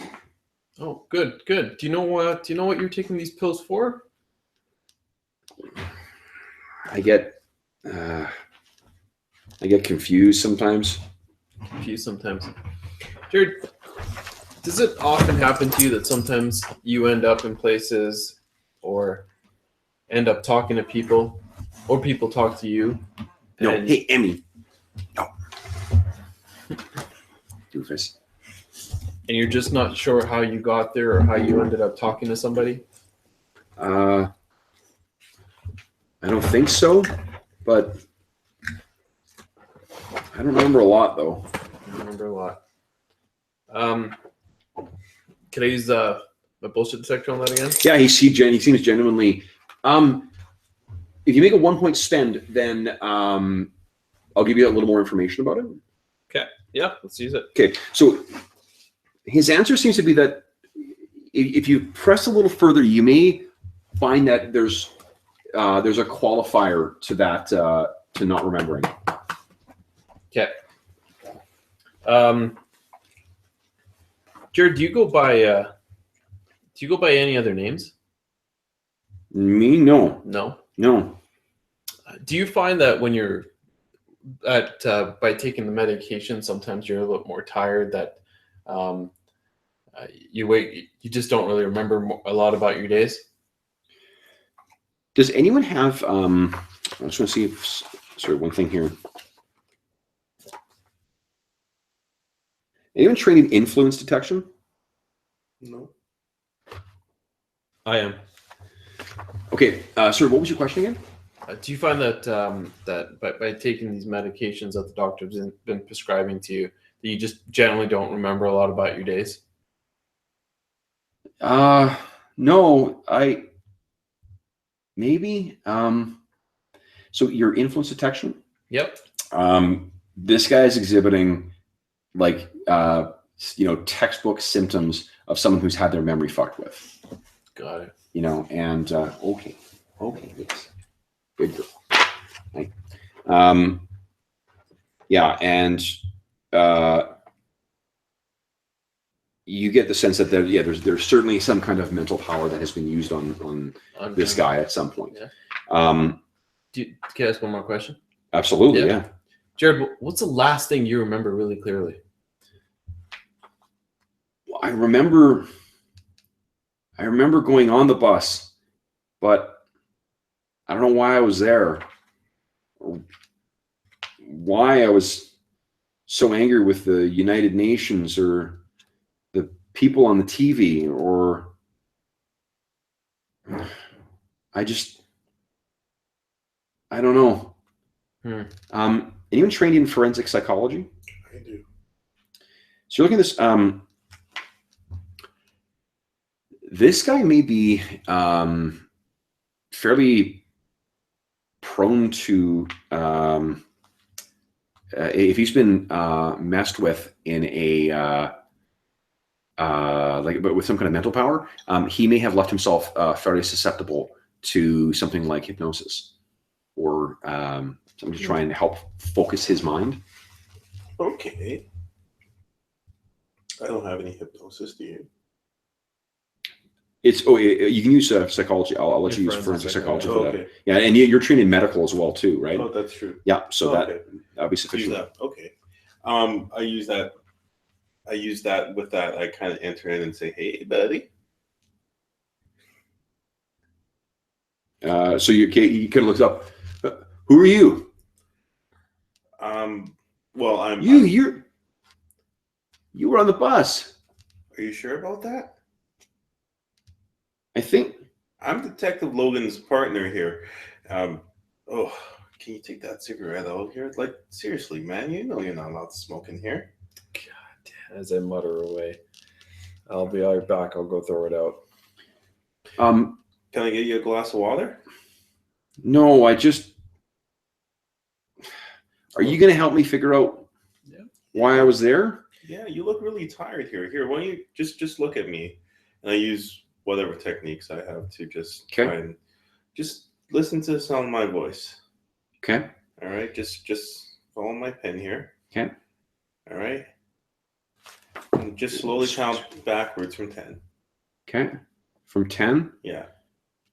You sure this is going to help? Yeah, well. All right. So he does so. Yeah. And things seem to calm down. And his face, you can see some of the tension is gone from it as well. Okay. So, Jared, we're going to take you back to this morning. You remember where you woke up? I woke up this morning, was in my apartment. Okay. Was anything unusual in your apartment? No. Did you have some breakfast? I needed to get, kind of a twitch goes across his face. I needed to get help. Why did you need to get help? Well, because it was him. Whom? And his face kind of twitches again, and he jerks in place. It was him. And there's a little bit of a glow that begins to form around his closed eyes. Okay. Are there any psionic barriers in this cell? No. Okay. Is there a cell with psionic barriers? Let me think here. No, I don't think there is. But you would be you would be able to detect if someone was doing that. And I think they generally need to see the subject as well. Oh, okay. Yeah. Do you remember? Okay, so what was the last thing you said to me? You saw him. You saw him. When did you last see him?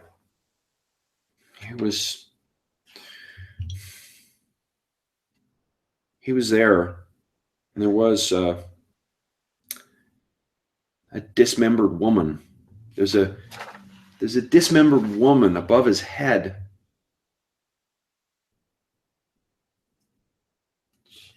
Can you describe him to me?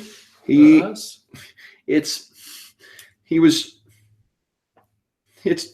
the cannibal. The real cannibal was never caught. He's still out there. Still out there. He tried to make me join him. So you guys know who this is. Okay. Everyone knows. It's like saying Charles Manson or the Son of Sam. It's from a reign of terror known as the Summer of the Cannibal. Now, you will need to pull the case files in order to get the full particulars of that, but it's certainly something that you recall. It's a series of horrific murders from about, I think it's 7 years ago. Okay. So at that, you kind of get here, knock on the. No, it's okay, sweetie. Sorry. Knock on the door, or some kind of popping of the speaker, some notification for you guys to come out and speak to your superior. Okay. So, is there anything else that we think we can get from him? What would you like to try and get from him? No, just That's probably the most. After that, he sort of calms back down again, but that's likely the most you're going to get. Get out of him. Okay. Step out. Yeah, and I'm gonna have a conversation with you, Detective Allen. This comes to me as quite the surprise, and I really wouldn't want to dig up this guy's file to get a better idea of what's going on. Yeah. But did either of us work on that file? No, we're predated you guys. Okay. Yeah. But what you when you step out, your commanding officer is there, and they said we pulled the DHS file on him, and we've got an address for his apartment. Okay. Did you get anything useful out of him? Do we want to share this detail yet, or is it something that? Why would you not? I think we should. Okay. I think we should, but also I don't know. I mean, you have a little bit more of a medical background, but something strikes me as a little bit odd. When Witten came in, Dr. David said that he had signs or symptoms of schizophrenia. That appears to be what his medication was for. Mm-hmm. Looking at the chart over here, schizophrenia just seems a little bit far off from what he ought to be dealing with somebody with radiation projection, which is typically depression. So if they were giving him the wrong medication, might make him more susceptible to some form of mind control. Or do you think it's possible that maybe he is schizophrenic and we're dealing with another type of mutant that not only may his internal identities be different, but each internal identity yields a different power? And that's not physiologically possible in this setting. It's not? No. Okay. What is possible is you're sort of on the right track there, I think, though. All right. So sorry. This is sort of your mental calculation going through. So while he wouldn't be able to someone couldn't physiologically change someone to having different powers because they're an inbuilt physiological thing. What someone could do is use mental powers to inflict a different mental illness on them. All right. Okay. I think we have to go investigate this. Tell our superior, ask for any information about the cannibal. In particular, so was he ever caught, the cannibal? No. Was actually. Ah. I'm gonna let you guys get the case files. Thank you. Here we are. So why don't we do this? We'll, for the sake of the listeners at home and so that we're all on the same page, why don't we just take turns in reading each of the entries? Sure. Okay, so who'd like to go first? I'll go first. May 2nd, 2021. Short order cook Delma Black disappears after leaving work at the Eastern Diner in a mixed business/residential district near the city's downtown core. May 5th, 2021. Landlady Roberta Warren complains to a tenant in her nearby building of strange smells emanating from her apartment. The tenant, Waldo McLagan, responds rudely, but the smell soon ceases, and Warren thinks nothing further of it. May 17, 2021. Residents of 37 Aldwych Crescent, Mr. and Mrs. Julius Zadovsky, report prowler activity in their backyard. Police respond an hour later, find footprints in the garden, but no sign of an intruder. Aldwych Crescent is part of a swank residential neighborhood. May 19th, 2021. Investment banker Morgan Cook, late to a dinner party at 37 Aldwych, calls police to report signs of a break-in. The Zadovskys and two other guests, Bill Thorley and Kika Bard, are missing. Blood splatter and evidence of concussion beam activity are found at the scene. The words "end of time" in capital letters are scrawled on a wall in a blood, along with a strange symbol like a devouring happy face. May 31st, 2021. Roberta Warren finds that McLagan has abandoned his apartment after leaving it spotlessly cleaned. June 3, 2021. A box delivered to the city's top-rated TV news broadcast contains the left hand of Julius Zadovsky, along with the video of the torture murder of Kika Bard.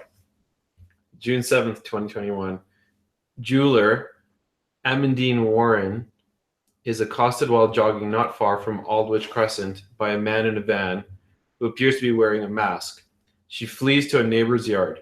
The van pursues, but is stopped by a fence in front of 140 Northcote Road. June 12th, 2021. Courier Bernard Leichter goes missing while his delivery vehicle idles in front of an office tower. June 14, 2 days later, 2021, in a message uploaded to a video sharing site, a masked individual calling himself the Cannibal claims responsibility for the murders of Julius and Deanne Zadovsky, Bill Thorley, and Bernard Leichter. His voice is electronically distorted. July 16, 2021. A maid shows up for work at 140 Northcote Road, site of Amandine Warren's escape, to find the front door open and residents Bart, 42, Colleen, age 36, Emily, age 12, and Caden Guest, age 7, all missing. Signs of concussion beam use are found at the scene.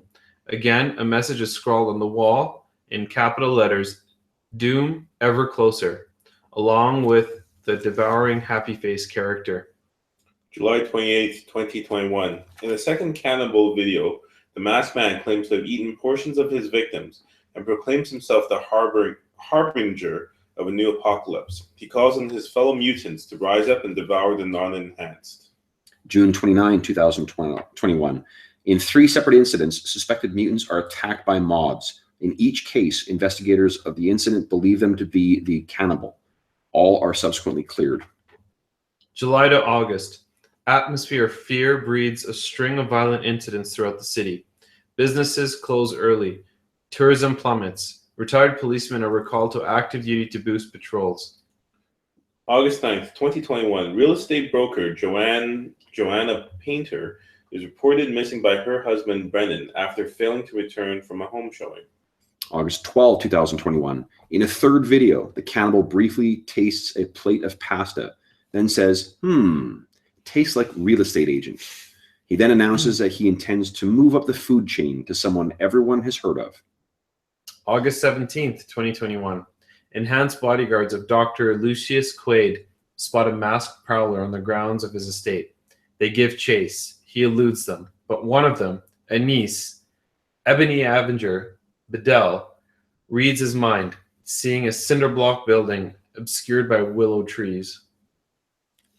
August 18th, 2021. A police sketch artist's rendition of the scene, caught by Beetle, is broadcast to the media. August 19, 2021. An incoherent, possibly intoxicated cannibal appears in a final video, denying that he ever consumed the flesh of his victims and offering a year-long truce if the police stop looking for him. August 20th, 2021. An anonymous tip identifies the building in the sketch as occupying a small lot in a rural area 20 miles from the city. State and local police coordinate a raid on the property, apprehending Waldo McLagan. He injures several officers with his concussion powers before being subdued by a water blast. August 21st, 2021. McLagan denies being the cannibal despite the discovery of partial human remains on his property. In the weeks that follow, forensic scientists matched body parts found on his property to the Sadowskis, Bill Thorley, and 3 members of the Guest family. September 17, 2021. McLagan requests a new interview with police and confesses to the 6 murders that can be directly tied to him by forensic evidence. He does not confess to other disappearances clearly connected to those crimes. April 4th, 2022. McLagan is convicted of the killings mentioned in his confession and sentenced to life in prison without possibility of parole. The Painter, Black, and Lechner murders remain technically open, but are no longer actively pursued. McLagan begins his sentence at the Kane Correctional Facility, isolated from the general population. October 23, 2023. In a television interview with television reporter Todd Stahl, McLagan recants his confession. February 26, 2024. McLagan is stabbed to death by fellow inmate Leonard Wayne Leonard. February 28th, 2024. Leonard confesses to the murder, claiming that he won McLagan's trust over a period of months until he knew everything about him, then got close enough to him to shank him with a melted toothbrush. So those are the contents of the case files on the cannibal killings. So what would you guys like to do? We need to head over and investigate his apartment. And then I think we want to interview Leonard. Yes. Yeah. And I think what I'd also maybe like to do is maybe get a sketch artist to go in and talk to Jared, and maybe see if they can draw what he described as far as what Black man. Yeah. Dark man. The only thing he described, the cannibal, he described the disembodied Is it Dismembered something. Dismembered woman. There's dismembered woman above his head. He actually wasn't able to provide a description of his face. Okay. He could I mean, he's giving enough details about that though, that he could, like, he's got exquisite detail of what that looks like. Okay, so get pictures of the of all the different women in the Cannibal case and see if the woman he saw if it matches any of the pictures. Sure. Okay, so we'll you'll let him have time with the sketch artist, so that works. Which means it'll give you'll have some time to try some other stuff if you'd like. Yeah. I'm assuming during that time you've reviewed the DHS file, which is where you got the address from, and you do have information about about Dr. You have contact information for Dr. Wharton as well. Mm-hmm. One thing to remember is that as detectives, you can also assign other police members. Yeah, so like patrol officers to do, or uniformed officers to do other general, grunt duties. So let's have a patrol officer bring Dr. Witten in for Precaution. yeah.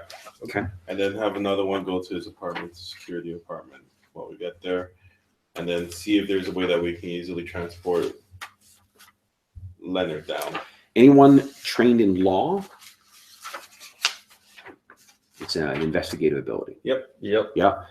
Anyone, you want to give me a 1-point spend on that? You can get a search warrant for the apartment. Sure. Okay.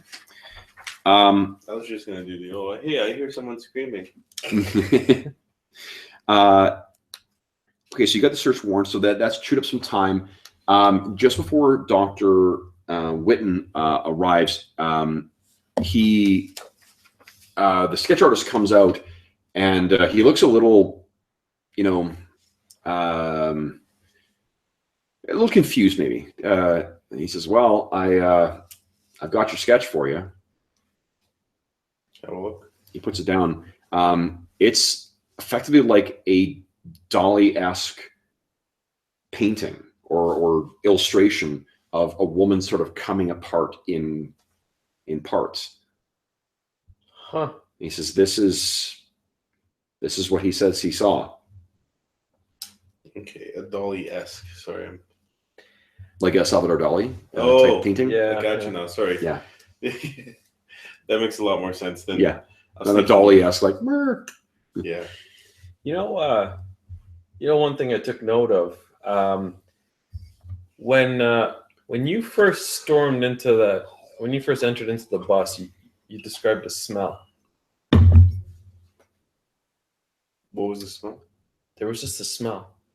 There was a Oh, smell. it's stanking there. Oh, okay. Yeah, it's just Okay. people being trapped in a, All right. Okay. It had nothing to do with the smells associated with McCluggan's home. The smells from the season. No, although given the state he was in, both mentally and physically, it's unlikely that his home is going to be a terribly, cleanly and aromatic place. Okay, got it. Okay. All right. So should we wait for a doctor and then go over and we have to wait for a search warrant anyway? Yeah, I think that in the time of doing the paperwork of the investigation or whatever, and the waiting for the sketch artist and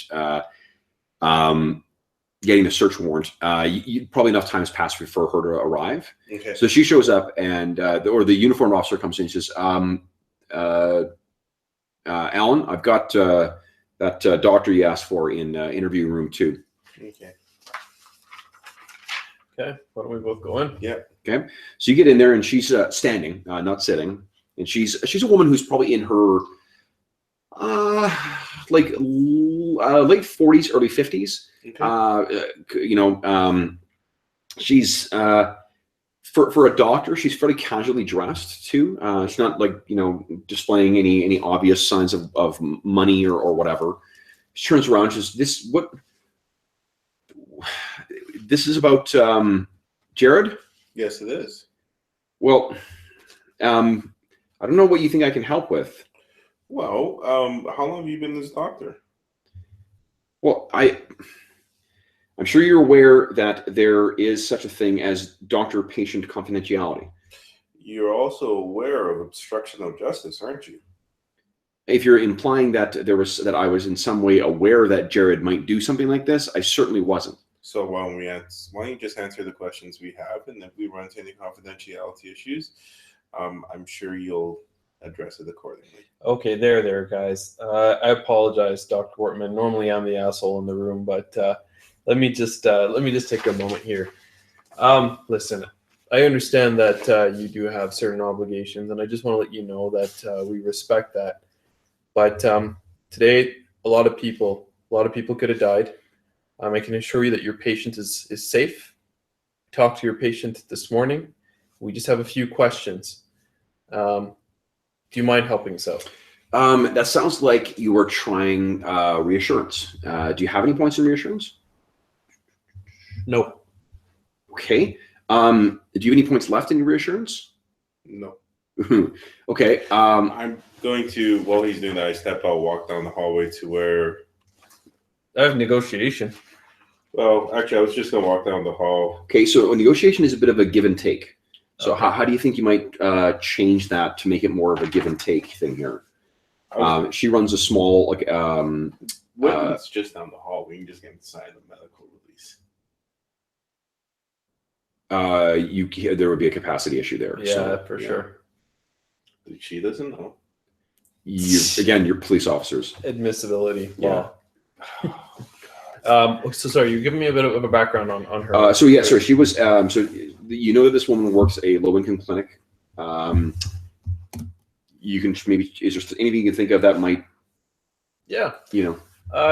Listen, Dr. Wortman, I understand that you run a low-income clinic. I understand that it's located near a school, lots of young kids, and we've often run into a lot of kids in that part of the city that run into all sorts of issues with the law.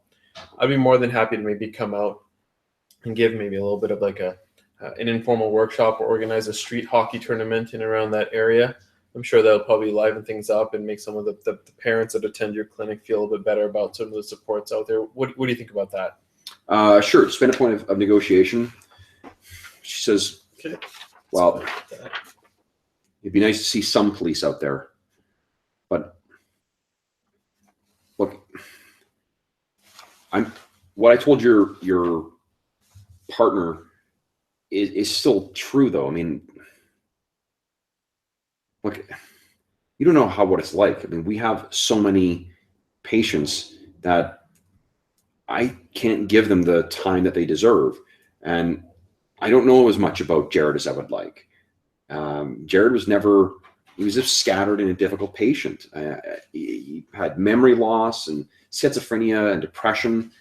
He would sometimes fail to show up for appointments, and at other times he would arrive unexpectedly and demand immediate treatment. Did he ever, how about this? I mean, did he ever exhibit any violent tendencies? That I'd organize a street hockey tournament for the kids around the neighborhood. No, and in fact, when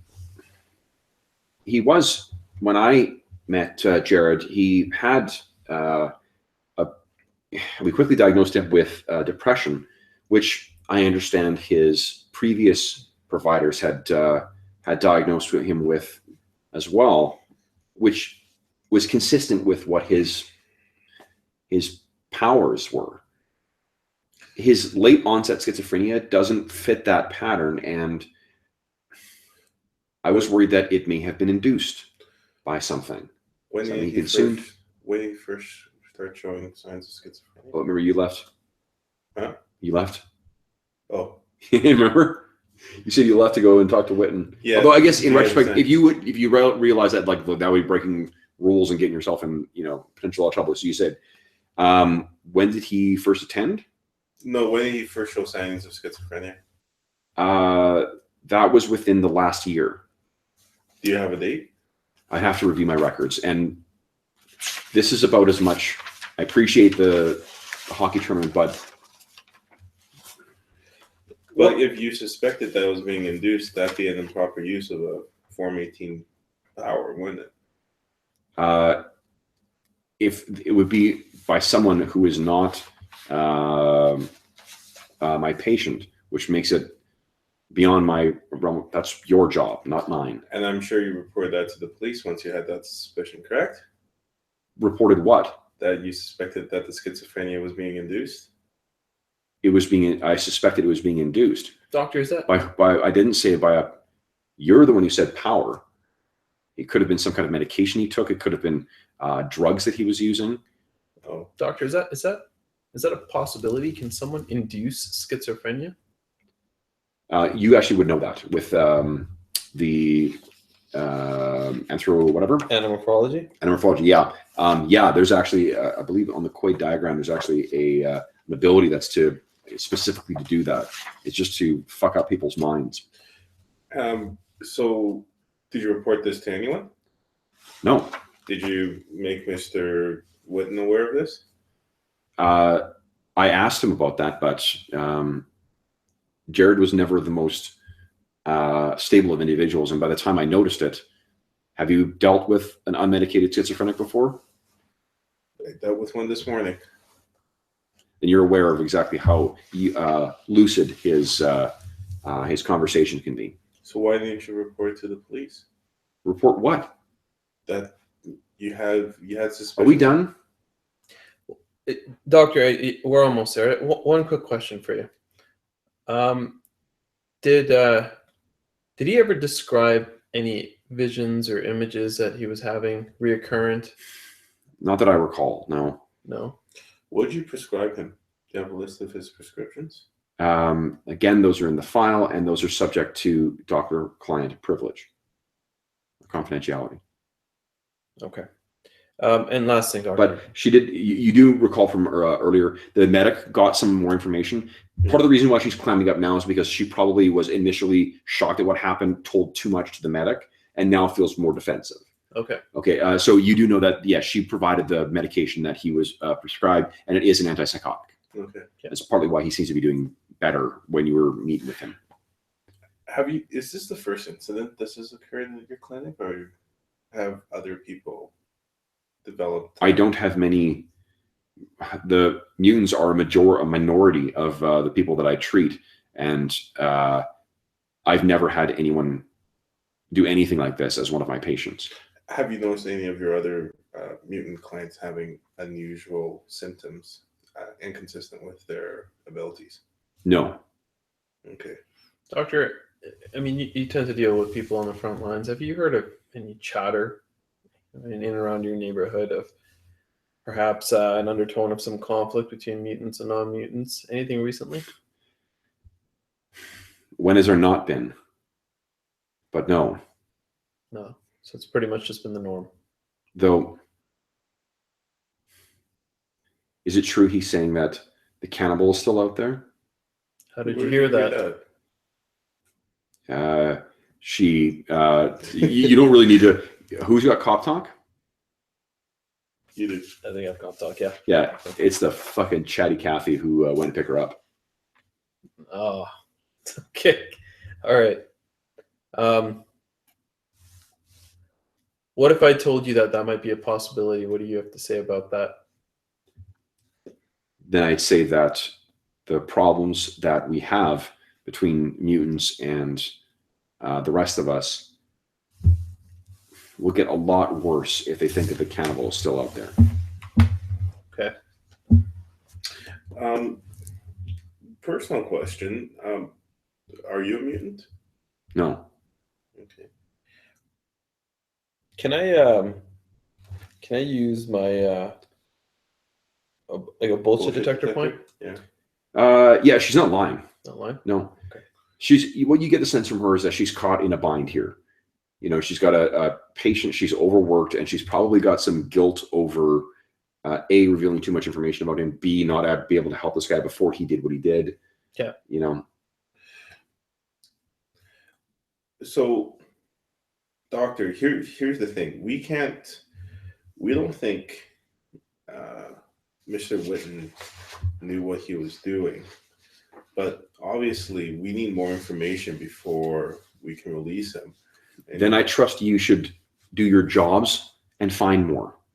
Well, is that everything? Can I go? I have patience. But this is where you can help us.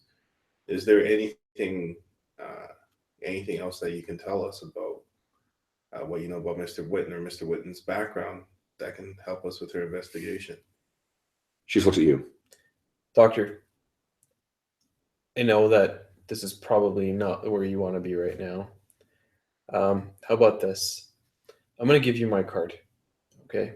If there's anything you can think of, please definitely reach out to me and let me know. And I understand it's probably a stressful time for you either way. So take some time for yourself and process this. But any help you can give us will be really appreciated. She kind of snaps your card out of your hand. She gives you a look, and then she, as she's walking her way out, and then she's gone. Yeah. Okay. So you have the search warrant for the apartment. Okay. Go search the apartment. Okay. Do that. So we cut to the. If you want to interject any scenes in between two, you guys can feel free to do that. Otherwise, I'm just going to, move the scenes forward. So. Yeah. I also think that we should make sure that we send out a police officer, or at minimum make arrangements so we can talk to that guy in prison. Leonard. I Yeah. suspect probably have to go to prison to do that. Okay. Yeah. All right. Yep. So, and you would just The other one is the landlady. the landlady That's who smelled Leonard smoke. is still at Kale or Kane or whatever. Kane. Kane, yeah. Yeah, he is still there. So you can certainly work that out. Kane Correctional. all right. On our way there, the ongoing source of frustration for you is where I stop next to get my food. Okay. So you stop off. So we're pulling up to the apartment, and you're just finishing off like the last, Taco, wrapper of whatever. Yeah. Okay. You want one? So You want one? No. You don't want one? Do you? Have one. You know what? This Here, try it. this is why I drink. Okay. so the Actually, just to prove a point, I grabbed one of his balls of alcohol. I chug it completely. okay. I'd like to use a scuffle point. Well, no, because high metabolism. I can't even get drunk. Jeez. I don't know why you drink this. Okay. So You would too. this is. Remember, I made the joke, or I mentioned earlier about The Flash. the watching Fury Road. Yeah. So this is the photo I took. I was driving back from Lethbridge, and I took this photo, and I said the joke was that there's a little, what was it? When I pass a semi on the highway, there's a tiny bit of my brain that wants to shout, "Witness me!" and sideswipe it. Fortunately, the part of my brain that pays my insurance premiums is larger for now. My buddy Paul, who worked on my comic, he said, "Oh, I'm going to do a portrait." It says, "I can picture you picture you armed with your silver spray can and your two-piece lawyer suit." I said, "That may be a sketch I may need to get from you." And check this out. This is what he sent. This is his rough idea. How fucking cool is that? No way. That's awesome. Oh, jeez. I guess we're going to say the listeners at home so you don't feel as is Left out. the sketch that is. So, yeah, that's fucking amazing. Um, So you actually did that? He did that. He's an incredible artist. He's I don't know if you have. I guess I'll show you after the broadcast. I don't know if I've shown you guys my book. No. But yeah, so I'll show you the book. And he was one of the guys who did one of the art, one of the stories in it. But he was working on Uncanny, the Last Avengers cartoon. He was a storyboard artist for a long time. Wow. He's fucking crazy talented. Wow. I can't remember what show he's working on now, but yeah, he's amazing. I love his stuff. If you've seen a picture of, there's a piece I've got hanging in my office at work with it's like 3 old superheroes, and it's this really cool sepia colored thing. He did that piece. Was he with you at con? Yeah, he and I share the booth at the expo. Yeah, okay, I remember him. Okay, the Euro Paul. Yeah. He had does he have a beard? No, he's gray hair. Gray hair. Yeah, okay, Yeah. it's like peppered. I remember seeing something peppered. Yeah. Okay, yeah. No, he's a great guy, and that's super fucking cool. Yeah. Jeez, that's great. Anyway, so sorry for derailing the story. I was just very excited about that. Okay, so so you pull. burrito? No, Have a burrito. I don't want a burrito. God. Listen, why don't you go up? I'm gonna assume by that liquor store. I'll meet you up there. So you guys, you go strolling up while he's finishing off the last of his burritos, and the apartment is actually in a kind of a rundown blue-collar neighborhood, and it is an illegal suite. So it's an illegal suite. Yeah, sort of like one of those like There's like an old boarding house maybe that has like 2 stories to it, and then in the back there's what used to be a root cellar that's been converted into I'm thinking of like the movie The Fugitive, the place where Richard Kimball was living at the end there, where there's the crazy Russians who were renting it to him. Yeah, that's sort of the place I'm picturing. It's just Okay. like it should have been part of the other building, but they converted it into an illegal suite. Sounds good. Okay, so so you guys pull up there and walk on, and there's as you guys are walking to the back to get access to the door, this door opens up from upstairs, and this old lady walks out and says, "Whoa, what are you doing?" Good afternoon, ma'am. Who are you? If you want me asking? No, you don't tell me who am I. I know who I am. Who are you? We're part of the DHC, and I flip out my ID. You're the part of the HCIU, HCI. Heightened Crime Investigative Unit. There we go. Super cops. That wouldn't call it that, man, but I guess yes. What are you here for? Just poking around. He said bus. That bus. The man on the bus. What do you know about the bus, man? No. I know there was trouble. That's right, and we're just trying to look into that. Do you know anything about that maybe you can help us out with? No. You sure? No. Have you lived in this building for a while? Yes, I own this building. You own this building. By any chance, do you happen to be Roberta Warren? No. Really? No. What's her name? No bullshit there. She's telling the truth. She's just being obstinate. Let me think here. Do you have you're trained in bureaucracy, right? Who is trained in bureaucracy? Is anyone trained in bureaucracy?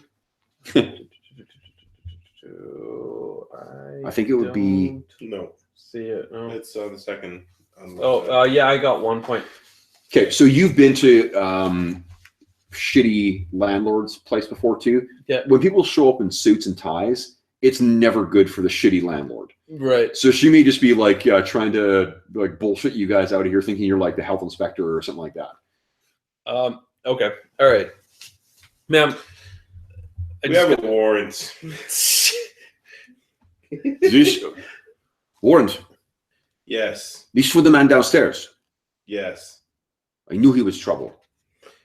And if you don't open up the place, I might have to search upstairs and see if there's anything that I shouldn't find upstairs. Don't break lock. Don't break lock. I'll open. And she, goes inside. There's rustling around. You hear her shouting in some language you don't understand to someone else in the building, and then she walks out, comes downstairs, and lets you guys into the apartment. So the so hard. apartment is so guys here. Witten's possessions are meager. His closet contains a limited array of jeans and checked work shirts. His books are mostly home improvement manuals. There's a stack of unopened mail, including several welfare checks, subscription offers for sports magazines, and plenty of junk mail. He owns a small television, an old DVD player, and a handful of DVDs, mostly action movies. Instead of an address book, he has a dresser drawer filled with business cards and old sticky notes. That strikes you as a job for a uniformed officer to go through and sort. And that's sort of the apartment. Yeah, there's sort of, it's the only thing of interest is that drawer full of business cards and sticky notes and whatnot. Oh, you know what? I think you're probably the more perceptive of the two. But you're looking these things over, and you see there's a sticky note with a series of crossed out phone numbers, and then the last one, which is not crossed out, has the word "dad" listed next to it. Mm-hmm. I look at the number, and I decide to give it a call. Okay. So you just give me a call from your phone. Yep. Okay. It rings about 3 times before it's actually picked up, and then you hear a man's voice on the other end saying, "Yes." Hi, this is Detective Logan here. Who am I speaking to? Detective who? Detective Logan With the police? with the HC something something. Look, I didn't do anything. Listen, sir, I'm not calling you to because you've done anything. I'm just calling to ask who you are because we found this Look, number. I know who I am. Yeah. I'm Cole Witten. Cole Witten. What are you calling me about? Any relation to Jared Witten? Give you a sense that you've dealt with these kind of people before. If you want to take a more intimidating approach on this, you could probably get this guy to pay attention. He's a bully. Okay. All right. Listen, Mr. Witten. It's been a long day. I don't want to waste your time any more than I want to waste mine. I could run your name in the system, and maybe I might find something, maybe not. And let's just say that I could easily make your life a living hell. Now, all I'm asking is for you to cooperate with me and just tell me, do you have any relation to a Jared Witten? Okay. Spend an intimidation point. Okay. Or a point of intimidation. And he's just, yeah. Yeah. Got one. That's my son. It's your son. Yeah. Okay. I'm gonna put you on speaker here. Detective Allen? Yep. Looks like we have Jared's father on the line. Oh. Tell me, Mr. Witten, do you have any powers? What? I'm not a freak. Not like him. So you think your son's a freak, eh? Fuck yeah. So you threw him out? I didn't throw him out. I kept him around even after his whore mom left. She ran off to Florida with that carpet cleaner. I still kept him around, but no. Once he turned out to be that freak, and not just the normal freak, kind of the government needs to peek into your doings.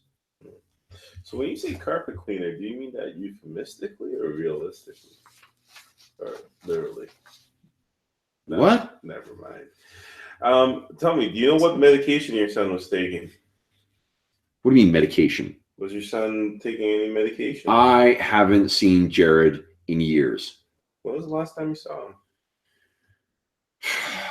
3 years ago? When was the last time you talked to him? 3 years ago? And what was he like when you last spoke to him? Has he ever, to the best of your knowledge, has he ever had any health concerns? Is he indecisive, memory issues, anything like that? He's been soft and pathetic ever since that whore of a mother dropped him on his head when he was little. All right, listen here, Ms. Whitney. I understand you got some issues going on, but I'm busy. So can you please answer my questions? Has he ever had any alarming issues, memory issues? Did he just appear like any other kid in and around his age? Tell me a little bit more about him. What do you need to know? He's stupid. He's slow. He's a freak. So he ticks after his dad, eh? I'm not a freak. Well, I guess that's the only thing you don't share in common. Yeah. But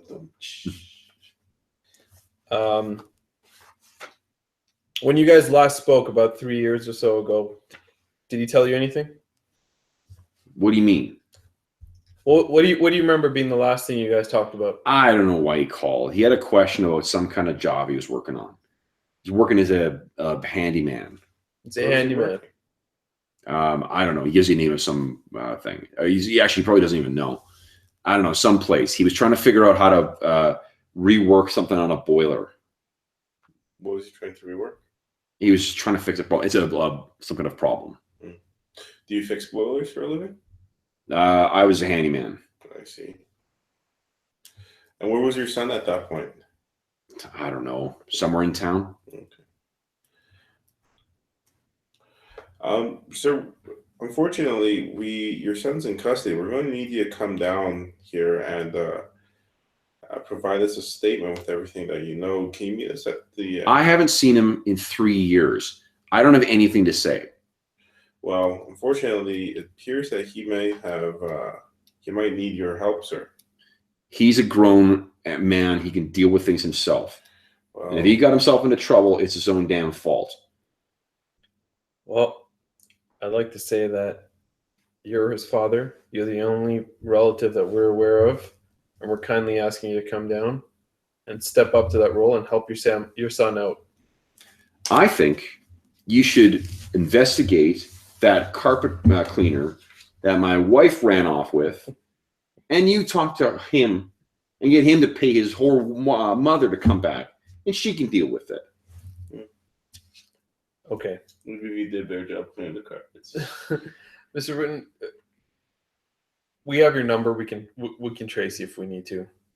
Just don't disappear on us. Don't leave the city. Last thing, did your son have any friends or family or anybody that you're aware of that he maintains in regular contact with? I don't know who he talks to. Okay. Okay. I think this might be a dead end. Yeah. All right. Well, have a good day and thank you for your time. He hangs up without saying anything. So what else did we find in the apartment? Sorry, I'm just... DVDs, Post-its, with some notes and stuff scribbled on it. A bunch of business cards in a drawer. Yeah. Did we find any medication? There are probably some empty containers. Yeah. So- He's not the cleanest of cats. It's the same medication that he was prescribed now, the antipsychotics. Okay. Any... They're quite old. The prescriptions are quite old, though. Do we find any tools? I mean, there's a bunch of handyman books. Yeah, probably. Yeah. Not well maintained things. So in terms of the business cards, do we see anything that's unusual in terms of... You're going to probably want to get a uni to go through them to identify what they, what do you do? Yeah, where they're from, and also to follow up to people too. Okay. That's something you can get them to do. How about does he have any neighbors close by that we can go knock on their doors? And... Again, this is something you can probably get the unis to do. Okay. Yeah, I mean the long and the short of it is going through the what do you call it? The business cards. You speak to everyone who worked with him up until about a year ago has nothing but great things to say about him. All the vendors, have nothing but great things to say. They paint a general picture of him as a diligent worker who always seemed slightly off, but then about a year ago became completely unreliable. So his apartment is in the middle of a neighborhood? Yeah, like a blue collar neighborhood. Okay. So in addition to getting the unis to follow up on the different business cards and the post-it notes, also ask them to find anyone who's got powers living within a 4-block radius of there. The people who, I think it's only the Article 18 people who have to be registered. Yes. So see if there's any Article 18 people living in a 4-block radius. Yeah, I don't think there are. I mean, like mutants are relatively rare as it is too, and Article 18 are a minority of people. I think like other Article 18 things include mind control, or possession. And there's no one, Okay. Can I? How do we check for concussion beam activity? You would do, I think either bureaucracy would be. Energy residual analysis. Looking through, I think bureaucracy would be the thing to sort of search through police files. How about at the scene? Because like in March 19th. Oh, do you mean like at the scene of the of his apartment? Sure. That would be an energy residue analysis. If either of you are trained in that. Yeah. Yeah. There's no evidence of any concussive power use in here. Anything else out of the ordinary? Not that you can notice. No, I mean this is the apartment of it's apartment consistent with someone who a year ago their life took a significant downward turn. The place is filthy. Like it hasn't been dusted in a year. No writing on the walls, no journals, no hidden rooms or anything like that. Devouring happy faces. No devouring happy faces. Go back upstairs to talk to the landlady then. Okay. Ask the landlady about when did he move in? He has lived here for about a year and a half. Where did he live previously? She doesn't know. Okay. How did he pay his rent? Cash. Month to month? Yeah. Did he always pay the rent? Yeah. Okay, no one else ever came. No, it's always him. Does he have any friends come over or any? She doesn't really know that. Okay. We didn't find a cell phone or anything, eh? No. No answering machine in his place. No answer machine. No. No computers. There were no computers. There was a small TV and a DVD player. Okay. And much of action movies. Any just have a quick look at the DVD movies. Okay. Any unusual DVDs? Anything that doesn't? He's got a lot of action movies in there, and a lot of shitty action movies. Like Sure. Any non-action movies? Like, probably not. Like nothing that There's not like a stack of like the Scorpion King, and then there's a copy of the English Patient kicking. Yeah. Oh, just one of those. Anything in the DVD player? One of those action movies. Okay. Do they all appear to be legit copies, or are they bootleg copies? No, legit copies. Okay. Have a uni kind of go through all the DVDs, see if there's anything inside any of the DVDs. Yep. What else is there? How about his fridge? I mean, is there any? Can I? I mean, this might be far fetched, but Yeah. the expiry date on the items that might give a good, clear indication of when he maybe went and last got groceries. There's milk that's going off. There's like at the bottom. He's again like a terrible housekeeper. So there's like vegetables in the crisper that should have been thrown away quite some time ago. There's containers of mayonnaise that have probably gone off as well. Okay. It's mostly full. Like it's an adult person's fridge. It's just that it's someone who it's consisting of someone who's just stopped taking care of themselves roughly a year ago. Container of milk that's got bad. Hey, you have regeneration, right? Give you $20 if you drink this. Now's not the time, asshole. Okay. Well, I think unless it uncovers clues, but I'd like to get someone to look into this guy's banking records, see if there's any cell phone history or usage. I just want to get a profile of what he was like, where he was at. I just kind of feel like that's not where is there an attic or some hideaway storage unit? One other thing I should mention too, in the Cannibal file, there is a what do you call it? There's the name of the investigating officer as well, a guy named Vince Wood. His name in the same way that like the guy who arrested Manson has, or prosecuted Manson is a big name. Yeah. So Wood is retired now, but you ask around the department, you can get contact information for him if you wanted to. Okay. So the Wood is an obvious lead here. You've got the Prisoner. The prisoner. Prisoner, yeah. Yeah, but nothing else left in the house. Nothing you can tell. You can get the unis looking to tear the place apart too, but Get him to tear apart. Yeah. Okay. All right. So, what are you guys doing now then? I think we should probably go talk to Leonard. Yes. And then make arrangements for the police station. The guys under to get Wood's address. Yeah. And go there after. Yeah. All right. Okay. It's over to Leonard's. Okay. So you head out to Kane Correctional Facility, and we sort of cut to you guys are in the investigator or in the room, sort of interview room, waiting for him to come in, and the man that's led in is this like it looks like if a human was made out of like candle wax and then melted slightly, that's what this guy looks like. He's just a solid, thick, ugly, bald, brutish looking guy. Comes in and he struts in as well too. He's carrying himself like he's in his fucking glory at this point. Right.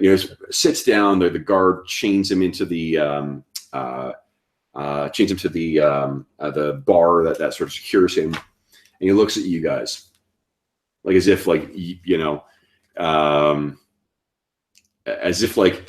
and now you're going to give me shit. So he says, "All right." So Leonard, didn't know you were a bit of a prankster. Prankster? Yeah, maybe a bit of a comedian. Comedian. How's that? Well, you said that you claim to have killed McCligan, and that you got his trust over time. What if I told you that McCligan isn't actually dead? McClagan's dead. Yeah. Oh, yeah. Well, You see these, and he sort of raises his hands up, the chains clatter. I saw his blood on these. He's dead. Well, maybe you can help us out. You said you gained his trust, eh? Oh, I'm happy to help you out, but there's going to be a little of that, what do you call it? quid pro quo, whatever. Yeah. You A want little of hamburger? that give and take. How about hamburger? How about I get better privileges? And he gives you some particulars of what he wants. Well, it'll depend on how good the information you give us is. The better the Oh. information. It's good, Okay. Well, the privilege. but I want I want to know that that's going to happen first. I'm not making any promises, Detective Allen. I give you my word that if this information pans out, we'll get you all those privileges. Do you have any points in negotiation? No. No? You do, though, right? Yeah, I believe I do. So if you want to spend a point, that'll be. Yep, Yeah, here we go go. ahead. Okay. So he says, all right, ask your questions. So you said you got to know him pretty well. Oh, yeah. And over the time, he told you about which murders he committed? Look, let me tell you. And you can tell him he sort of has been rehearsing this in his cell likely for quite some time, right? Mm-hmm. It was not easy getting him to open up to me. He was in a isolation wing. So I had to wage a lengthy campaign to get him to open up. What'd you do? Well, I started, sharing stuff from the canteen with him, talking to him. Not many other, normal folks would want to talk to a freak like that, but he warmed up to me. When you say a freak like that, what do you mean? What do you know? He kind of looks at the two of you. He looks, you're with that unit, aren't you? The freak unit? What freak skills did he have?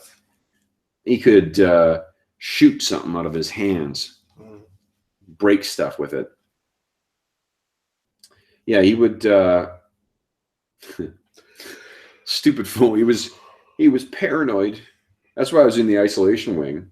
He was paranoid someone would kill him because he was capable of shooting those beams. I see. Beams capable of breaking things. Oh yeah. So I hear that's how he killed some of them folks, isn't it? Before he ate them. yeah, apparently that's what happened. What did he tell you about killing those folks? I spent a lot of time trying to get him to tell me about his experiences as the cannibal. And But the funny thing is, old Waldo didn't seem to remember much of it. He talked about it as if he did it, what he did, as if it was happening to someone else or it wasn't his idea. why do you say that? Well, this is the way he talked about it. He talked about it the way you would describe seeing something years after the fact, So is there do you have a quick chart?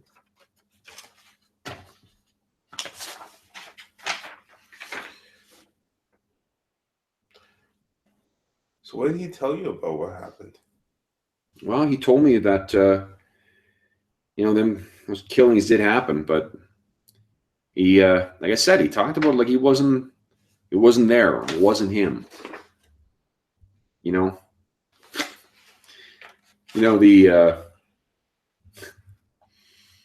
Even though he talked about it like it wasn't there, the one thing that he regretted about his spree? Yeah. It's how it disappointed his poor mom. His mom. Yeah. Did he ever give you a name? Well, he told the cops and reporters that his mom had passed away, and apparently none of them clever types bothered to double check it. But she reverted to her maiden name, and she still lives in the old neighborhood. What's her name? Well, and he gives you the name. Her name is Celeste Mosser. Celeste Mosser. Yeah, his mom's name was Celeste, and her maiden name was Mosser. When I shanked him, he was trying to find a way to arrange a visit without anyone finding out who she was. If there's anybody that Wayne Leonard hates, it's a goddamn mama's boy. Is that why you shanked him? Yeah. I shanked him because I was part of the Human Integrity Campaign. Human Integrity Campaign. Yeah. What exactly is that? I hate freaks like you. Oh, interesting. Your bullshit detector tells you he's full of shit. All right. Can I use interrogation point? Sure. What do you want to get out? I want to know why he's bullshitting me. Okay. So he sort of is taken aback by your hard line of questioning, and I think that he's not going to actually say it, but the sense you get is that he thinks that superpowers are super fucking cool. And he wishes that he had them. So his claim to fame is taking out somebody that had them. Yep. This is the sort of, get famous by killing the famous type thing. Okay. So how are you able to get the drop on him? Well, easy. If he wasn't able to get them, he wasn't sneaking up on me. He was only able to kill them folks because he could sneak up and he had them powers. How come he didn't use them on you? Didn't have time. Yeah. Wayne Leonard is a fast man with his hands, and he again brings the chains up. So what'd you do? Did you just sneak up behind him, or? Yep. Oh. And then and he gestures, and the chain kind of rattles against the table. That was it. He was done for. Couldn't even get off one of his blasts. So you killed him with one stroke, eh? Where was he? He was going out for exercise. Oh. Passing him. Let me think here. Cop talk. You're training that. You would know that it's probably he had some deal worked out with the guard. That's the kind of shit that would take some kind of arranging with someone else in the jail.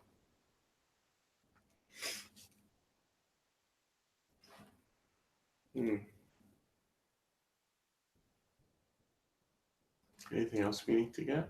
You think? No. Tell me, the time that you knew him, did you notice any other odd behaviors? From him? Yeah. He's twitchy as hell all the time. Twitchy, how so? Well, he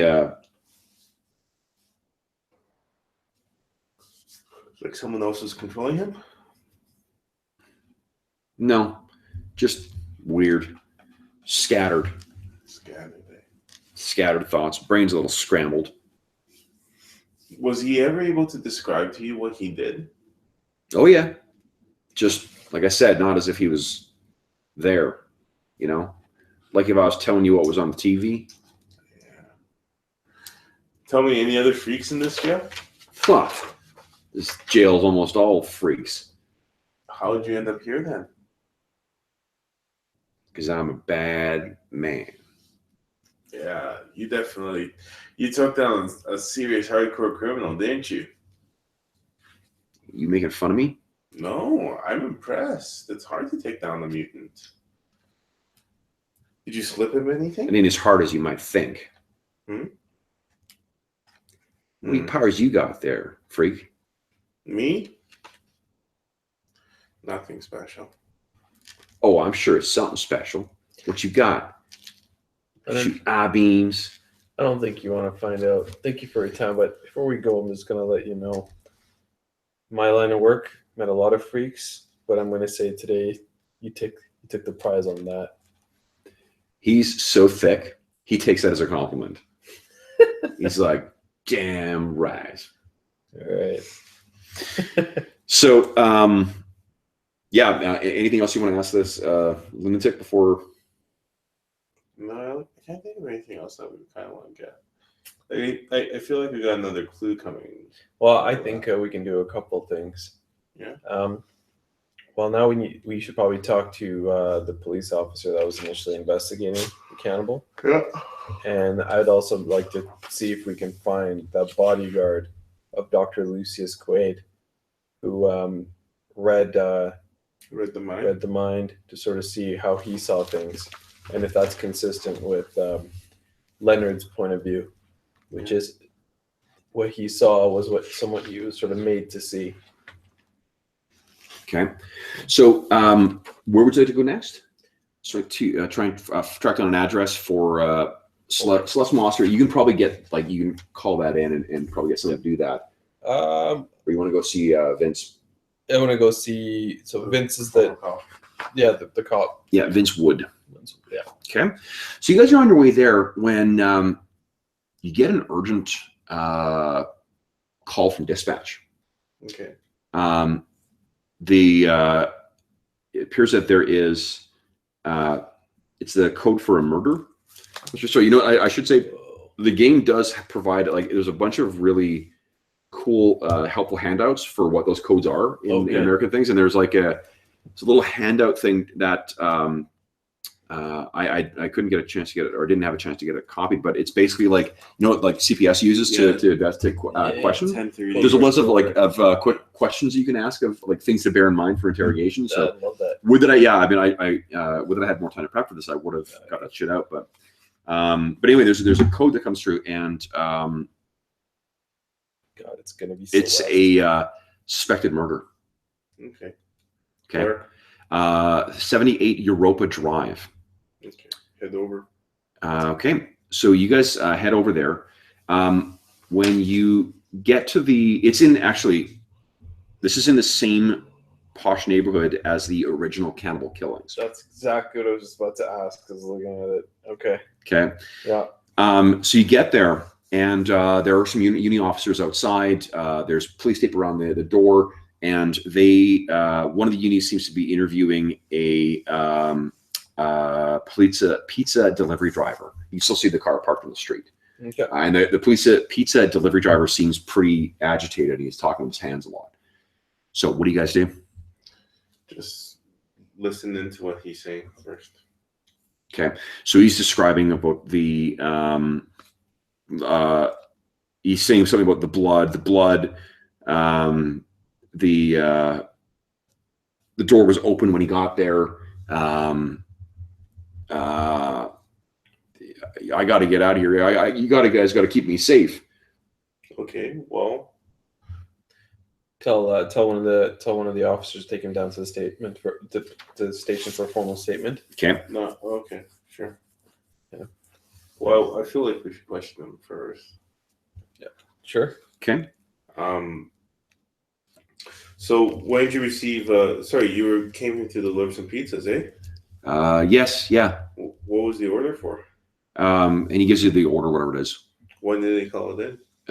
They called it in for, well, it wasn't pizza. It was pasta and some other stuff. Sure. When was it called in? Not more than an hour ago, hour before I got here. What was the name of the person who called him? It was for someone named Lynette Rose. Lynette Rose. Okay.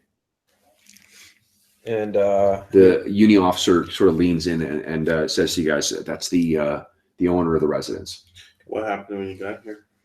Well, the door was wide open, and when I got in, there was all this blood and that stuff on the walls. What was on the walls? Words written out. And did they say anything like? No, just ask him what the words are. Don't take the word. Like build it in my head, the suspense. What do the words say? sequel time. Sequel time.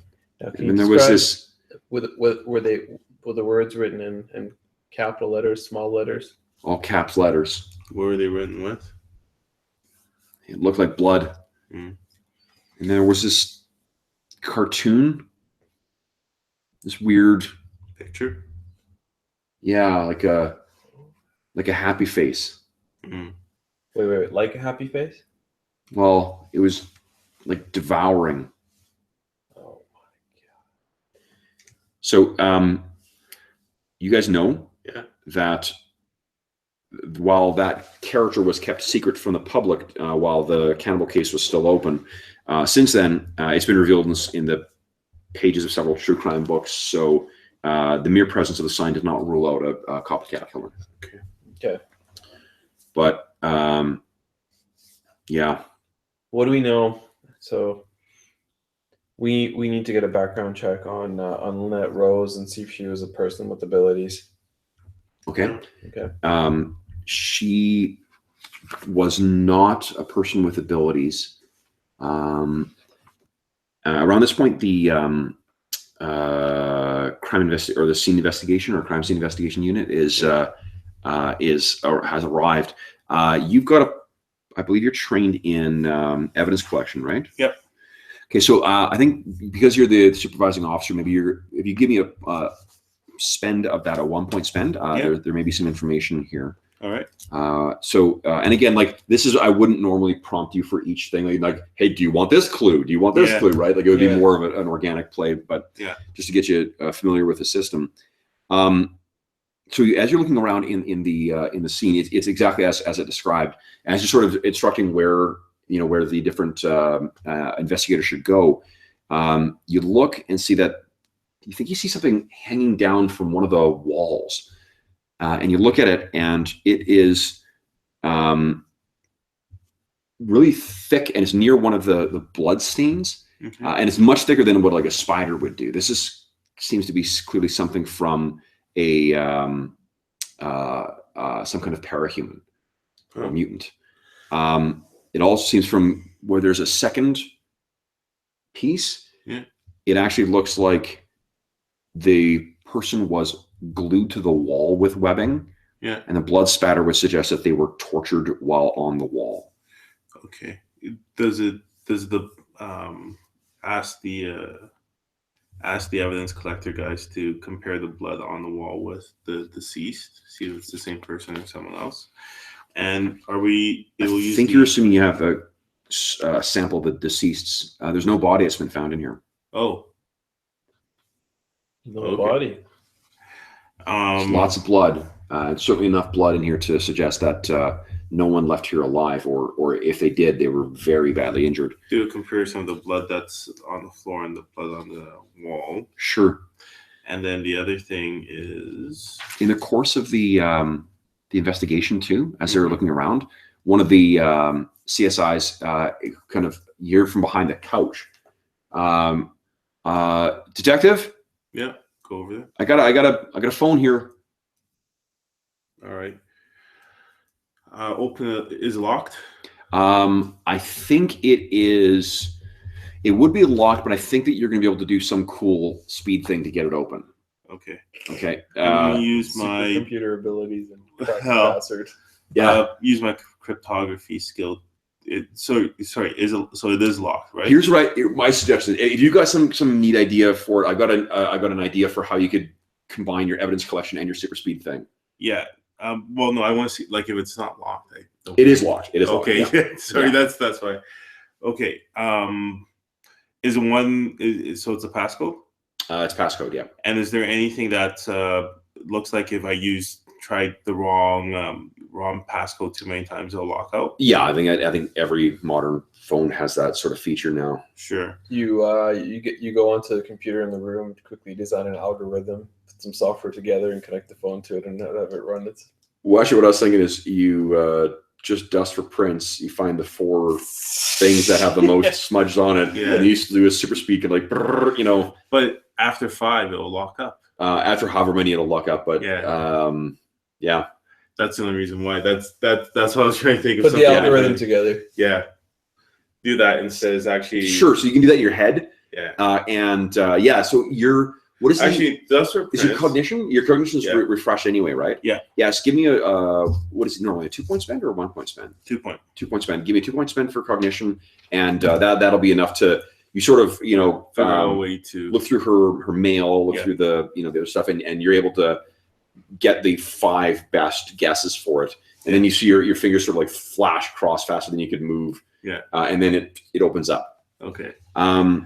A quick search of the email or of the the day planner shows that she had a meeting with someone named Karina Giesler. The picture in her phone too, when you open it up, is like a series of bottles of wine on it. And as you look around the house, you sort of notice that there's an awful lot of wine related stuff here. Okay. And like in crates as well. Like there's one room she's where like a wine importer or sommelier or something like that. Something like that, yeah. Okay. Go through her call log, see if there's anyone. There's a call to that pizza joint, or it's actually a restaurant that the guy was delivering for. And there's some emails and stuff like that. Apparently there was a meeting with this Karina Giesler, and judging from the business, like the sort of tagline or whatever, not the tagline, the what do you call it, the addressing, the footer in your email, that she worked for some kind of shipping agency. So it was a meeting, something to do with importing wines. Okay.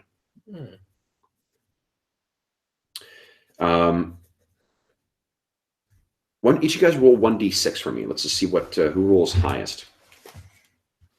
Actually, I think this would probably be Barry, but let's see how the 2. 5. Okay, so you're looking at that webbing stuff on the wall, and you're probably describing what's what you're seeing and whatever. You're overhearing this, and you're looking around, and then you see that there is between two like framed pictures that look like probably somewhere of like southern Italy or something like that. There is another glob of webbing with a bit of a what do you call it? A newspaper clipping that is attached to it. Mm-hmm. You walk over towards it, and what you see is that there is an article that is detailing you two guys, your intervention in the bus hijacking. Do we see any concussive blasts or any evidence of concussive blasts? Which of you are trained in that energy? Anamorphology? Wouldn't be the energy thing? Energy residue, That'd be you. That's you. Okay, so you're looking around? Yeah.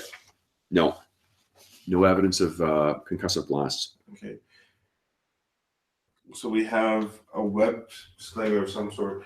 Can we tell how the person might have been tortured?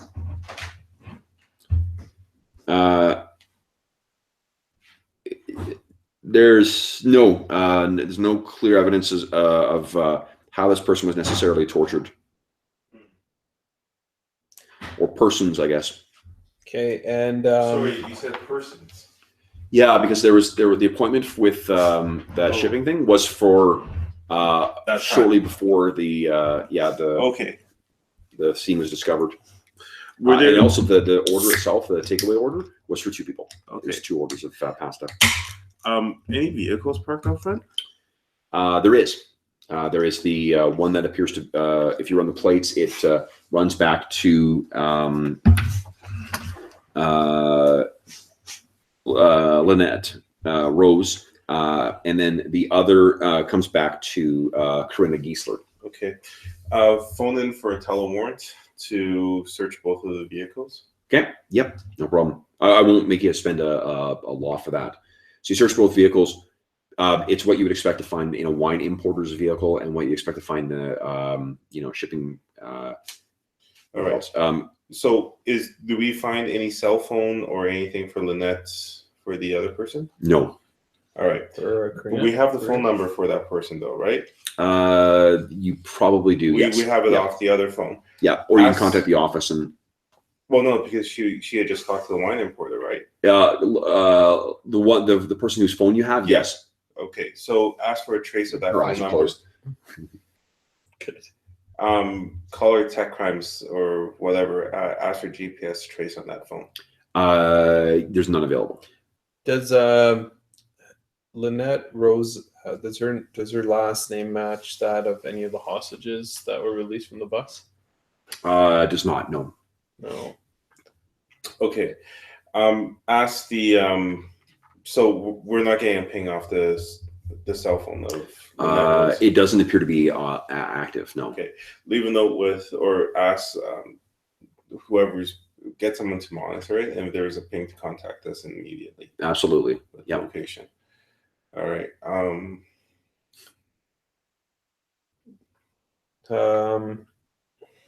Does she have any medications? There's maybe like maybe blood pressure medication or something like that. Like nothing that causes concern or raises suspicion or anything like that. Any home surveillance systems? Unfortunately, no. Okay, that makes it too easy. Yeah. So I feel that's all we're getting for clues from here. That's the place for fingerprints. Yeah, the crime lab folks who were tearing this place apart. We were on our way to see the Vince Wood detective. Yeah. Yep. All right. Do we want to continue doing that, or do we want to try and? I think we should go talk to Vince Wood and see if we can piece this together. Yeah.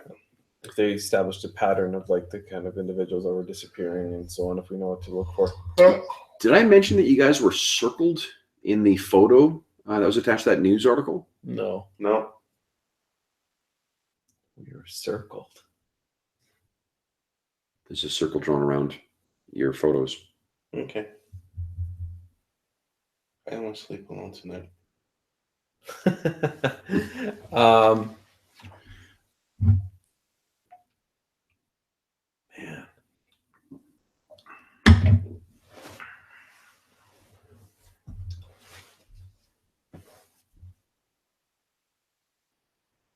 Okay, I can't think of anything to ask. Yeah, my brain's a little frozen right now too.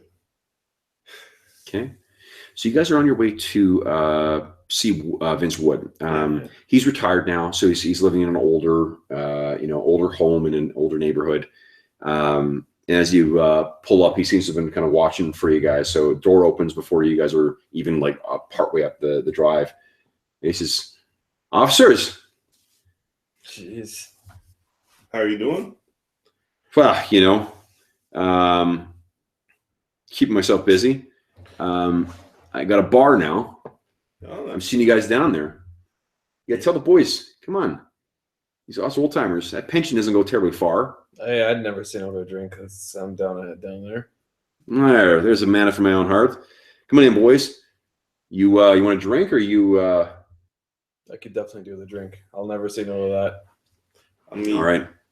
So, what? Sounds like you're expecting us, sir.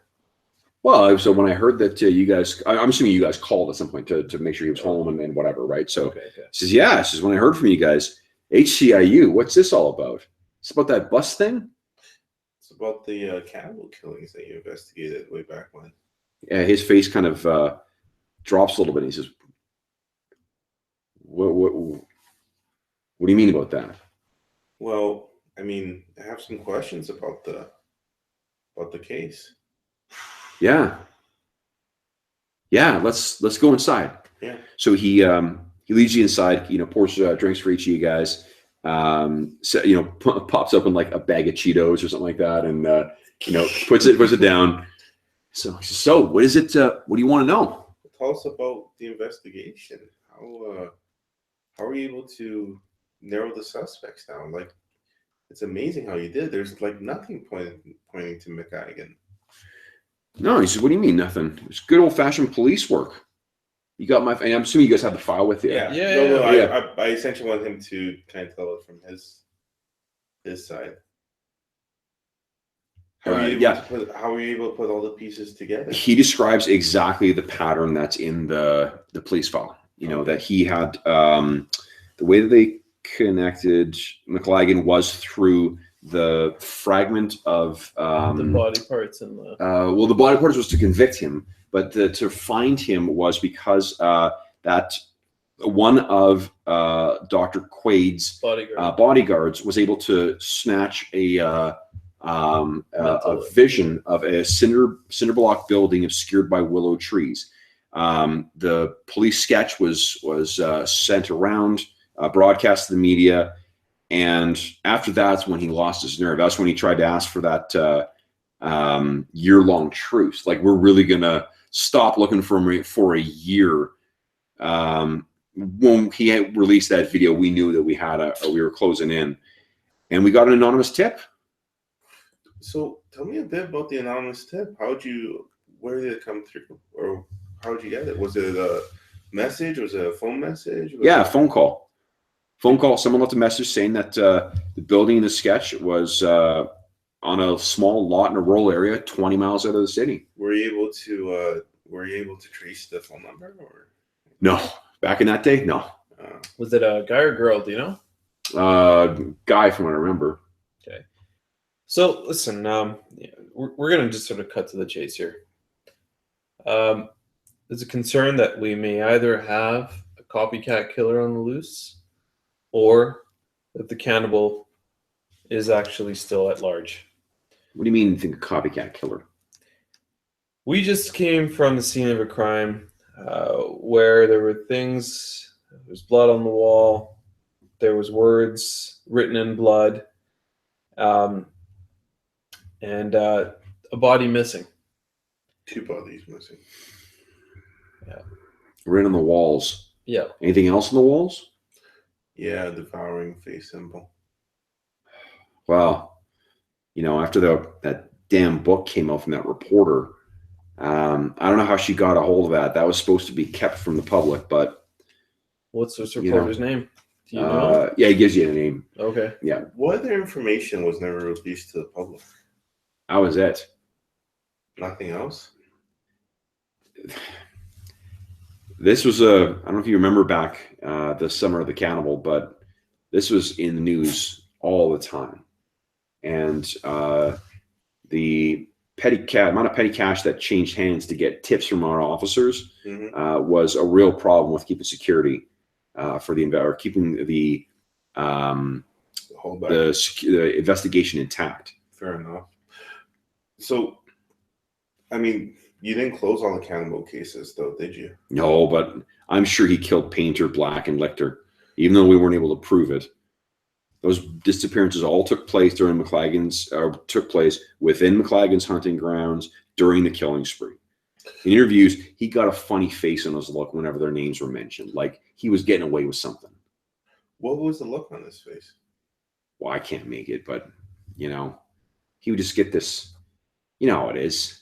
When you got a perp and they know you're getting away with something because you can't prove it. So let me ask you this.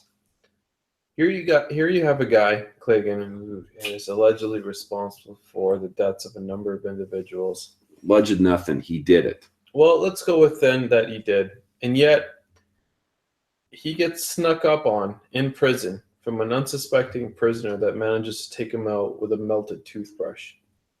Yeah. Does that seem plausible to you? Tells me that he's a useless coward when he's not sneaking up on innocent folks. So I have a couple questions. How did McCagan transport these people from? Were you able to figure out how he was able to move the persons from where the crimes occurred into his location outside town? Say it one more time. So what vehicle did McCagan drive? McLagan? Yeah. Some old pickup. Did you ever, do you have any the forensic reports from that pickup truck?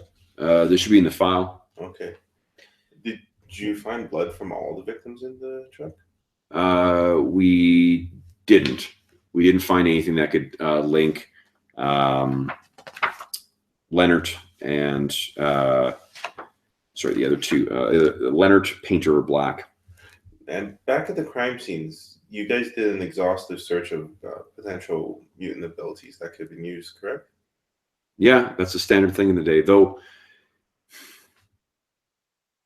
this is before we had the EMAT. The EMAT is the technique that you guys use to detect mental control, like when there's been someone who's had their mind fucked with. Mhm. So we didn't do that, but Was there anything that seemed unusual or that did make it into the official reports? no, I mean, you should have seen this guy's hut. Like it was filled with gruesome shit that turned my stomach, Mm-hmm. you know, and I'm no wilting lily. No, of course not. I mean, you're a hero, man. Was there any? Were you able to ever sort of establish what linked the victims? If there was anything, a pattern? The link to victims? No, No. I don't know why he, I mean, sometimes he must have had some kind of logic for himself, but I don't know. You were never able to figure it out. That wasn't my job. My job is to figure out who did it, not why. Correct me if I'm wrong, but all the victims seem to have had didn't have any abilities. No, Okay. no, that's what. Yeah, it's weird. I mean, it's part of his manifesto was about consuming the normals. Was there anybody else in the area that was known to have concussion beam abilities that you were aware of? The neighborhood? No, I mean, he was off in his own where we found him. That apartment, even from beforehand, there was no one else of no other mutant that was of interest. What about in the neighborhood where the disappearances were taking place? No, not that I recall. Did you have any other suspects? We went from none. We didn't know who did it. The only reason we got him was because the tip. Was there anything when you went through the place? Was there anything to suggest that he was targeting Dr. whoever his name next? Say again? Doctor who? What's the chart called? Or Doctor. So like his like the people clinic. Doctor no, Wharton. no. Dr. Quaid. Was there anything to suggest that Dr. Quaid was going to be the next victim? That's the thought. He had that video where he said that he'd be moving up the food chain, and then he was found on the prowling on the property. But Quaid's got mutants protecting him too. Sorry, you said he was found on the property, or do they ever know who they found on the property? Well, the one of his bodyguards got that image that made its rounds as a police sketch that led to the anonymous tip, and he was the only one living there. And like I said, Did you ever investigate Dr. Quaid? No. Okay. Did you ever investigate the bodyguard? Bodyguard? No. Why? We're just trying to cover all our bases right now. Did you ever get the name of the bodyguard? Well, you guys must be familiar with the chart. Mutants who read minds, they don't shoot concussive blasts. No, but mutants who read minds can also implant memories, and That doesn't put evidence of concussive blasts at the scene of crimes, and McLagan had that ability. right. But he's not the only mutant to have that ability. No, but he's the only one found with chopped up and consumed bodies. Yeah. Is there anything else you can think of that might be able to help us? I mean, even if this was a copycat killer, something that you can think that maybe might help us eliminate that possibility. I never had any doubt that it was McLagan. Not from the time that I arrested him through his trial to the time he got shanked in that prison. Okay. I've never lost a moment of sleep or had difficulty looking myself in the eye. He did it. So what are you doing these days? Well, running that bar. We might need you to come back. If there is a copycat, we're going to need your experience on this. Boys, I'm always at your disposal, but I cashed out my pension. Doesn't I'm matter. sure we can arrange for a consulting position for you. Well, you boys feel free to come by, and if you keep an open tab, then I'll be happy to provide any consulting I can. And you bring some of the other boys from the station down too. Oh, we'll do. We'll do. Thank you for your time. No, boys, anytime. All right. It's been a pleasure catching up on old times. What's got you looking into this then? This copycat? That's Yeah. right. We're worried that there might be. Hey, do you have your own personal file on this by any chance? I would have. I'm trying to think if he would have had it.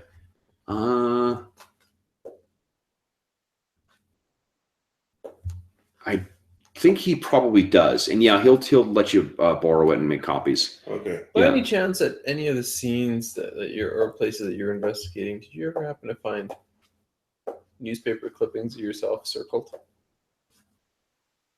Me? No. Why? Well, it's just something odd that we noticed at the scene. No we just reason visited. why. Just an idle thought. Okay. You found something? Something peculiar, but Yeah. the more details we get, we'll let you know. Wait, this new scene, you found newspaper clippings of yourselves? We found a newspaper clipping of ourselves, yes. McLagan never did anything like that. And at any of the scenes that you visited, was there any evidence to indicate that there was anybody else with abilities that had been at these scenes? No. At the scenes of the cannibal killings, the only mutant signature was from concussive blasts. Okay. All right. Well, I think that is. Hold on. You have some other involvement with the cannibal too. What's that? Will you tell me? Why is there a copycat that's out there that's posting news clippings of you guys? That's what we're trying to figure out. When was that clipping from? Today. No. So someone had this morning's clippings, Yeah. and put them on a. Boys, you got bigger problems here than just trying to solve this thing. I think so too. Someone's watching us. But I know you boys in HCIU are pride yourself as a step above, but the cannibal got gutted by just some thug. So you boys take care. We will. you as well. I got my man. But anyway, so we'll come by later this week, yeah? Done. Thursday nights are hot wings. Nice. You better have a few hundred ready for me. No, Now, this is a customer that I want to have. So, all right. So you guys leave, and what are you thinking? I'm thinking that I want to question Quaid and the bodyguard. McLagan's the wrong guy, obviously. Yeah. I'm thinking that there was something that wasn't considered. Yeah. But the only other person who had any access to mutants or whatnot seems to be the Dr. Quaid guy. I don't know if we need some more evidence before we. I just want to reemphasize something because it was just an offhand thing he said, but that EMAT test. Yeah. So the EMAT test is what told you guys that what's his name, Jared, had his head fucked with. Yeah. Yeah. That test did not exist at the time when McLagan was arrested, when he was tried, and whatever. Mm. So there's no way of telling what the results of that test would have been. Right. So I wonder, do you think there's a way that maybe we can have that same test either applied to Vince Wood and the bodyguard? Vince Wood. Vince Wood's not a mutant. No, I don't think he would actually. Oddly enough, if anything, like if I had to guess, I'd suspect Quaid or someone in his organization first. Just because it's a bit more convenient, right? How does the test? Do we know whether it tests like a physiological change in the brain? Like, would it be would it be too much to? So I guess you can't investigate or look into his body after the fact. No, like he couldn't. Yeah. And I mean, he was Too long ago. a prisoner too, so he was probably Although, I mean, you haven't talked to his mom, so you don't necessarily know what's happened to his body. Nice. So the EMAT protocol, hold on here. I can tell you what specifically it is. Then you're gonna last. Here we go. You're nodding out, man. So here's the HCIU interview principles. Find and exploit your angle. Never undercut your partner. If he's talking, you're winning. When in doubt, let the line go slack. There you go. The EMAT protocol is... Well, damn it.